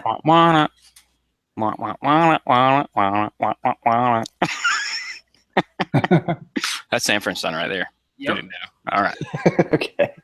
All right. So tell us something you didn't like about each of the trailers. Be a hater. Be a hater. Don't be a hater. Just critique it a little bit if you can. Oh, I heard y'all talking earlier about the Nightcrawler. Like I was trying to listen as I was driving back, and I don't know what you said after that, but I think that's going to be like a cool extra gadget that Batman's going to have in this film, giving him more things, like more bat stuff. But it doesn't need to be called Nightcrawler. It needs like Batcrawler or something, you know, Batcrawler, you know, there's a Bat Horse too. Something. That should be the Bat Horse. What's going on? What did I didn't like that we didn't see Superman in the Justice League trailer because we know he's in the movie. And the Spider-Man trailer, I just didn't get any more excited or anything. I was just like, okay, it's a trailer. Yeah. Okay. That's as negative as I can get for those. Because I think they're both going to be okay. Yeah. Who hated it? Wait, what? So you haven't voted yet. So now I need to know what Chris and Edwin were thinking. I said that Spider-Man was going to be better. I said my reasoning for it was that, the Justice League trailer reminds me too much of the Suicide Squad trailer that, I was actually really excited to see based on what I was seeing in the trailer. But you go and find out that, the movie wasn't even, for me, it wasn't that good of a movie. There was too many things that happened that kind of took me out of my, suspending my disbelief, or also just things that happened that just I wasn't a fan of with that. So I basically said that, I just don't want to get burned again. So I'm not going to lie and say I won't see the movie. Of course I will. But I'm just kind of going in there with a level head. I'm not going to go in there and get all just brought into the hype until I'd rather be pleasantly surprised than just go in hyped up and then be disappointed. That's my thoughts on it. So I feel like Spider-Man showed me enough that I could think that it's going to be a better movie overall. I just think that Justice League for now is kind of going that same Warner Brothers path that Batman vs Superman and Suicide Squad have gone. Yeah. Let me say this too and like kind of clarify what I was saying. I didn't say which I think is going to be a better movie. I was talking about the trailers only. Okay, that's cool. Now, I mean, definitely with Marvel involved in Spider-Man, I think it is going to be a better movie. I think it'll be closer to what we love about Spider-Man and have that feel. But I'm sure we're all going to walk out of Justice League going, "What? Why did they do that?" Like we're gonna. And that's what I want them to avoid that. I really do. Like, I mean, nobody. I'm going to say this, and this is what Jesse alluded to earlier. Nobody wants that movie to be bad. I can guarantee you that. There's not one. I mean, I won't say there's not one person, but 90% of the people that are going to go see that movie want it to be good because we've wanted to see a Justice League movie for a long time. It's just, like you said, I feel like there's going to be those few moments, those few different places. And I was doing like kind of a yo-yo effect where it's just like, all right, like, DC, do whatever you want to do. Oh, wait a minute. Give it back to us. Give it back to Warner Brothers. Let us take care of this. Wait a minute. For the next 15 minutes, we got this. All right, you take it back for the next 20. Back to us. We don't like that. We don't like that thought. Give it back. And it's just one of those things where I didn't even think about what you were saying earlier when you was like, they're going to try to tell too many stories. And I really hope they don't do that. Yeah. Totally. Totes. They're going to. They're going to have. Well, how long's the movie going to be? 2.5 hours? Or you want to say 3? I'll bet you. Good 2.5, 3 hours. Let's go with that range. Like every 30 minutes, we're going to get a different storyline we're going to head down. Yeah. Or another storyline will be revealed. You know what I'm saying? Mm-hmm. And 30% of the movie will be set up for other movies. Yep. Oh, it was Johnny who stole the peanut butter. We knew it the whole time. Damn it, Johnny. Yeah. It's just, they haven't mastered that yet. I mean, once they kind of get themselves to the point where it's just like, all right, just tell this one, like get everything together and make it one actual cohesive thing, you'll be fine. You don't have to tell every story all at once. Just kind of, let them play out. People will come back. If the people like the movies, they'll come back and see the rest of them. Yeah, I think that they kind of learned a little bit about the past that they've done, because at the beginning they were really rushing to get everything out. Mm-hmm. Like, hey, here's our slate of movies for the next 5 years, and then they're rushing to catch up with Marvel, and that was the buzzwords for a while. But now they're like, okay, let's slow down. Yeah. Let's take our time with Batman, make it good. Let's take our time with all of them, really, and make them good, or what they feel is good. So hopefully they've taken a bit more time on this too, and hopefully they won't feel like they need to put 5 plots in the movie, maybe just 3. That would be nice. That would be nice. Yeah. We'll have to see. Again, we haven't seen it, so it's all speculation. But yeah, so I guess I asked in the chat to type 1 if you like Justice League better, and 2 if you like the Spider-Man better. I get right, meaning like most excited for it, and again talking just the trailer, and I haven't seen a 2 yet. You see all those ones? Yep. I haven't seen 2 yet. Except people talking about 20 years. But that's it. Nobody. Right. Okay. So my thing on it, I kind of gave my impression on the movies earlier. I like them both. Love Spider-Man. Love Justice League characters. They're all pretty badass, awesome. People. Big Spider-Man fan. Probably as much, if not the same level of fandom as Mr. Edwin over there. But I feel like I don't connect with this movie as much as I would want. I'm not a 15-year-old kid in high school, so that was a long time ago for me. I don't remember that a whole lot. So I feel like this movie, while it will be cool and fun and lighthearted, maybe won't be my favorite movie ever. And I kind of pick up on that from the trailer. I like some of the casting. Michael Keaton is an amazing actor. So I'm going to see it. Hopefully it'll be cool, but I'm not like super, super excited for that movie.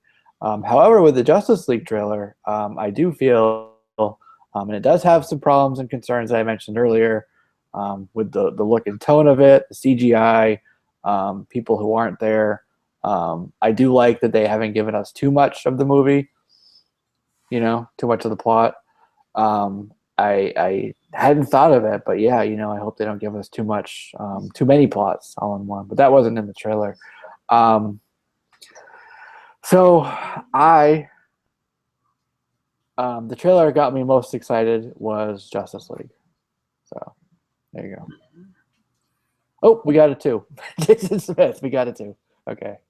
So I think Justice League got people kind of most excited. While they'll both be cool, Justice League got people to that next level of excitement more than the other. What are you eating over there, Edwin? Is it good? Noodles.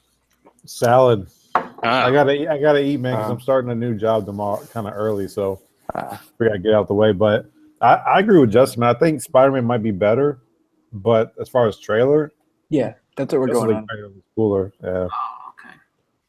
Well, so all three of you say that trailer. I'm the minority, I guess, on that, which is fine.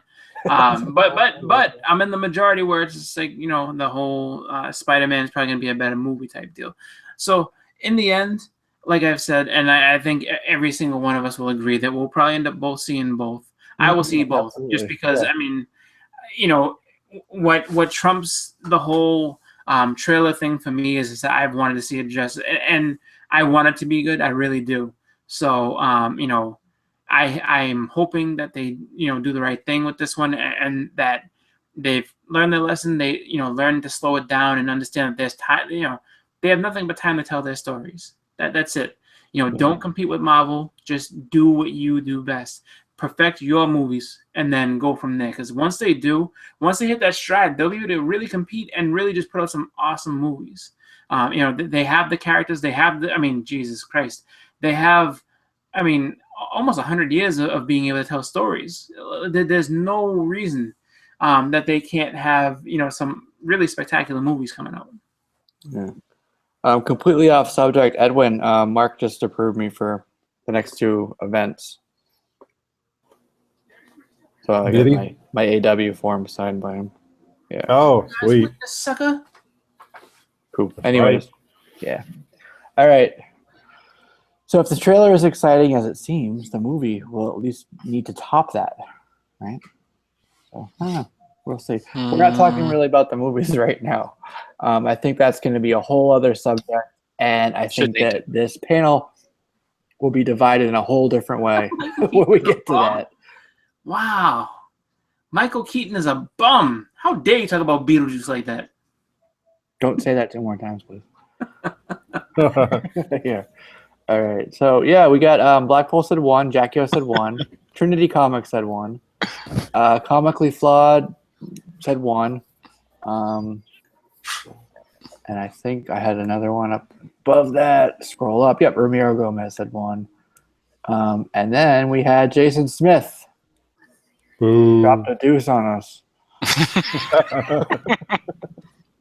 Yeah, literally, Thanks, Jason. Yeah. God, that guy. No. All right.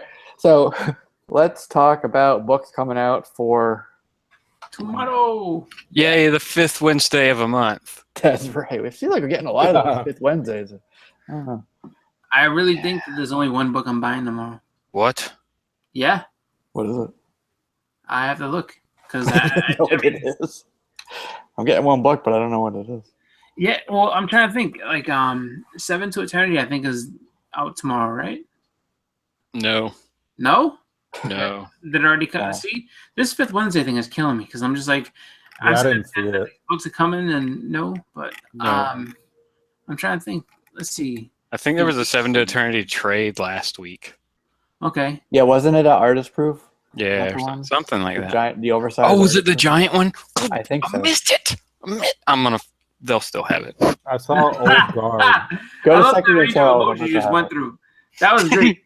he got from he's like, what? So he went from just shocked to sad to, to you went through every time like that. It was great. It was all the stages of grief.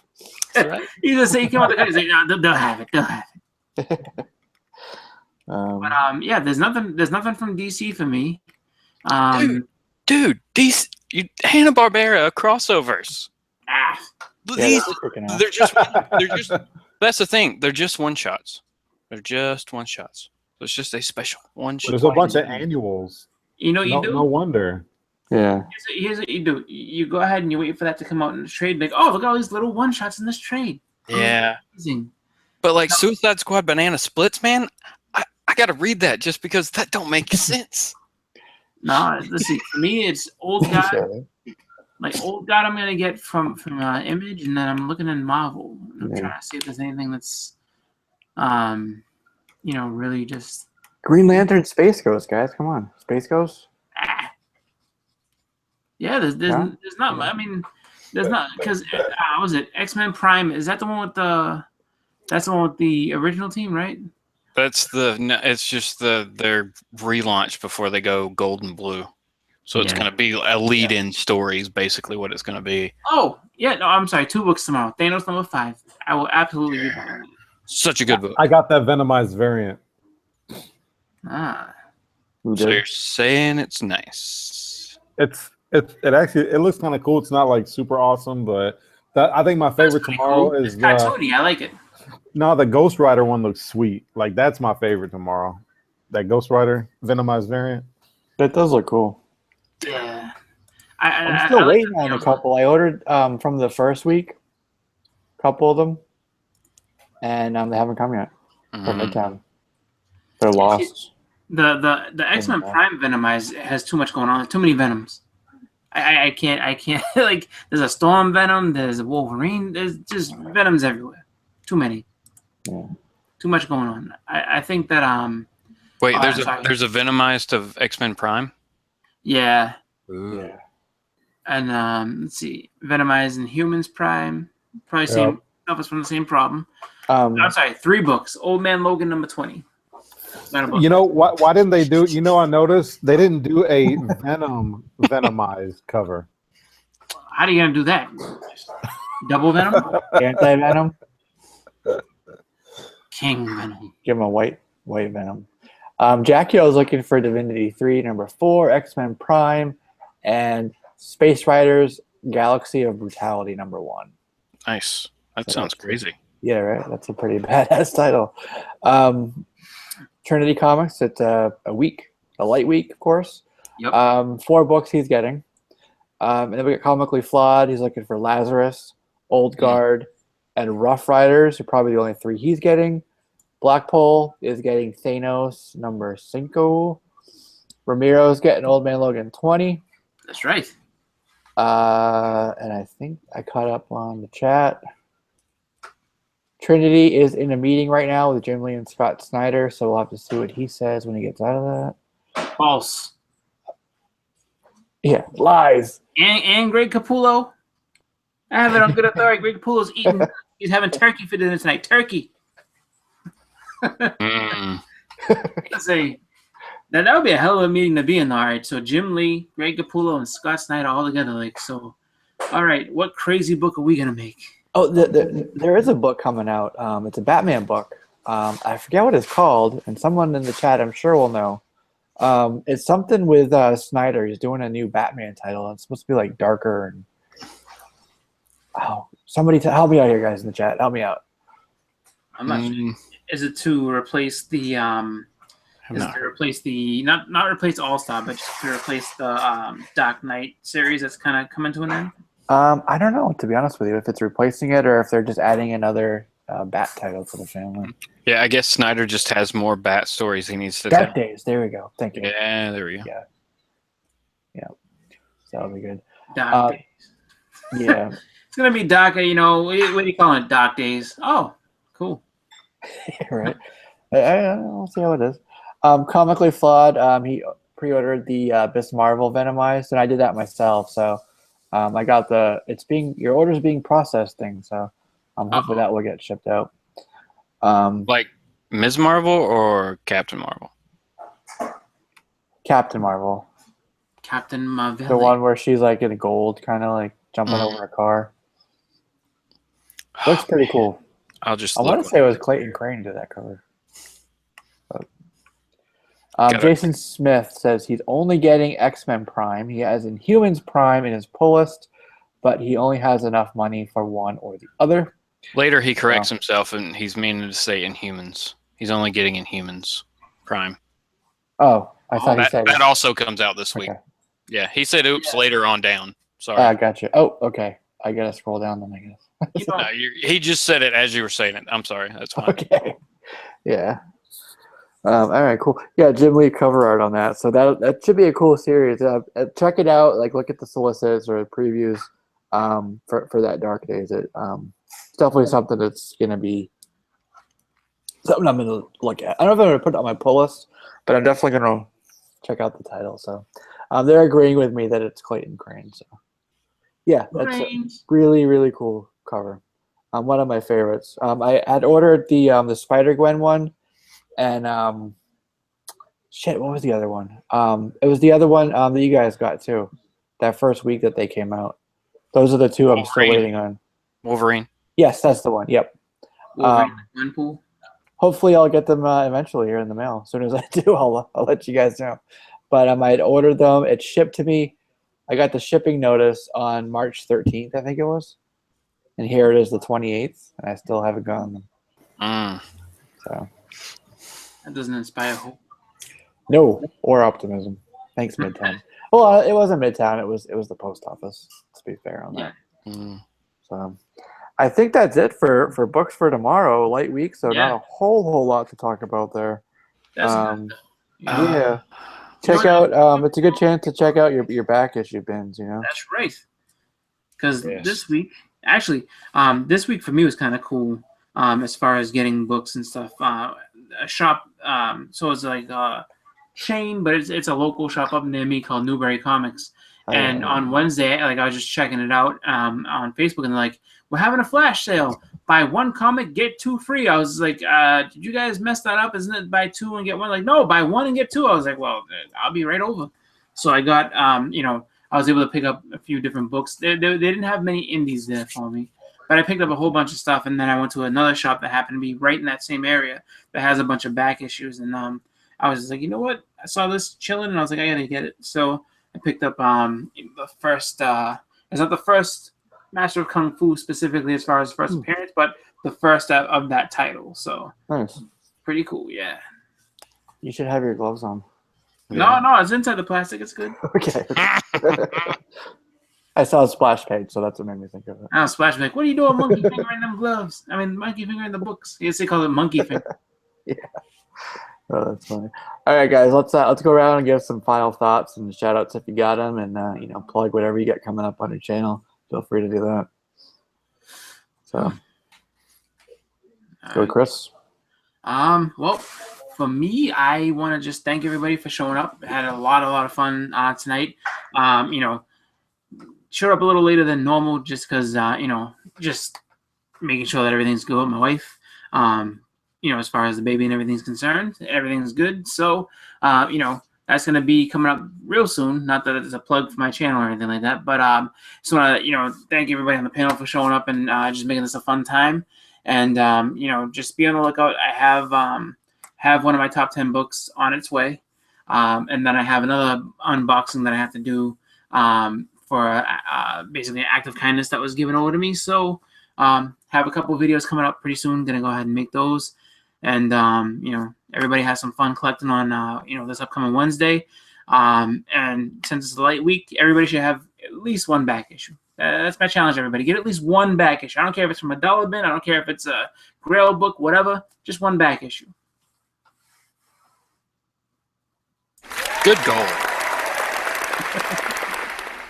Got to be responsible with it. I don't want people breaking their banks and be like, oh, I got 15 back issues because Chris told me. Like, no, I told you one. That's just the one.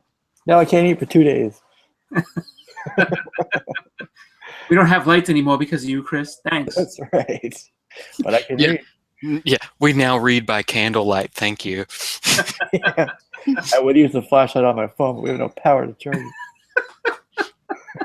And it's dim because I don't want to be too close to the flame with my books, so I have to read far away. Oh, man. All right, Justin, you want to give some shout-outs, shots, and all that good stuff?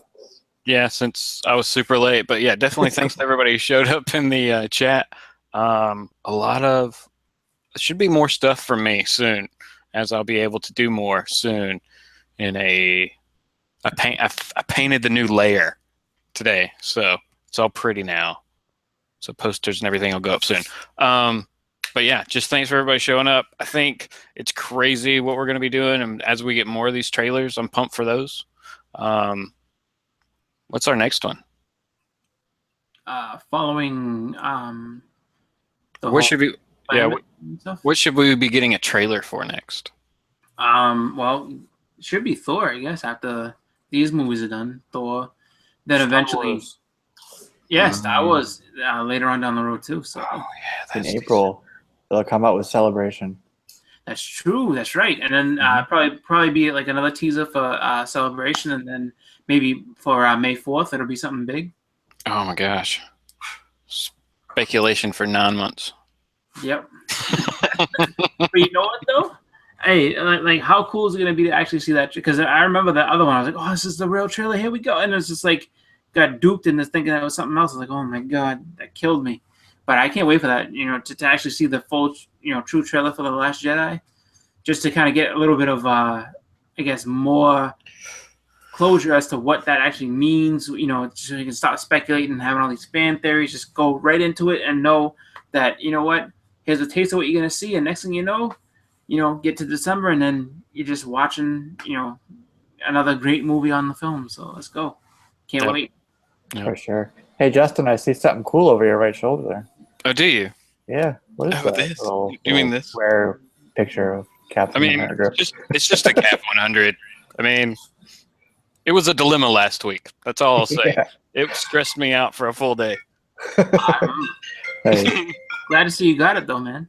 Yeah. No, it's there you go. Round of applause. Yeah, super awesome to have that. Hopefully, they don't have anything like that tomorrow when I go. Yeah, don't make that be. If they do, make that not your one back issue. Trust me, I don't want you going broke over this. It should be my one back issue for a little while, but it's okay. Super pumped. You got it. Yeah. Thanks for everybody's help. I was talking to these guys about it all day. They felt my pain. Should I get it? What should I do? I don't know. So, but yeah. So thanks everybody for listening to me for that. Yeah. They're like, what are you doing? Just go get it. We're enablers. That's right. That's right. Feed them. Justin was looking for the angel on his shoulder, and all three of us are just standing there. Bye. Pitchfork. Yeah. Do it. All right, Edwin. Final shout outs. Hopefully I'm not too choppy, but I just wanted to say thanks to everybody. Hope everybody has a good comic book day tomorrow. I agree with Chris. It's a light week. Pick up at least a couple back issues.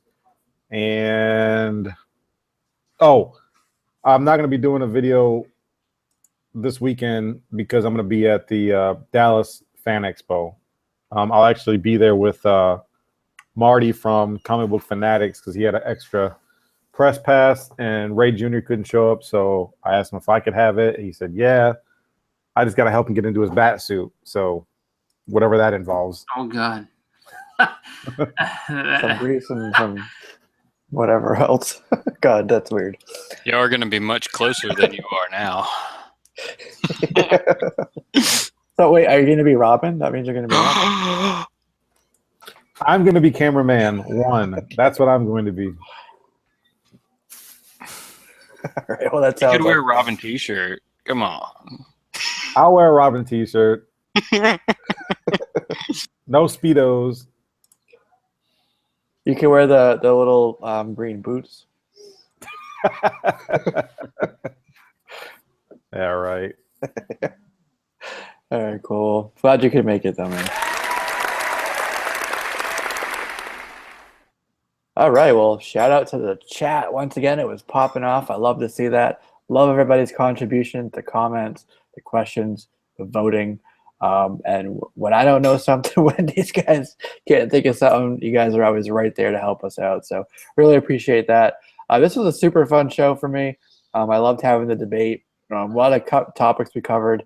And I look forward to doing that more with you guys in the future. So we are on the road to episode 30. That should be in just a couple episodes. So might do something fun for that. Stay tuned for that news. On my channel, I don't really have a whole lot coming up planned, that is, just my regular stuff. I am thinking about, however, doing a contest pretty soon. So I will let you guys know about that as soon as I have the details. So I'll probably announce it on the live show one of the upcoming weeks. So that'll do it, guys. This is Jesse. This is Comic Conversation, and this has been episode, what, 28? Yes. Something like that? Okay. Well, episode 28. Let's go with that. All right, we'll see you guys next week. Yep. Bye, everybody. Thanks. Bye. Bye.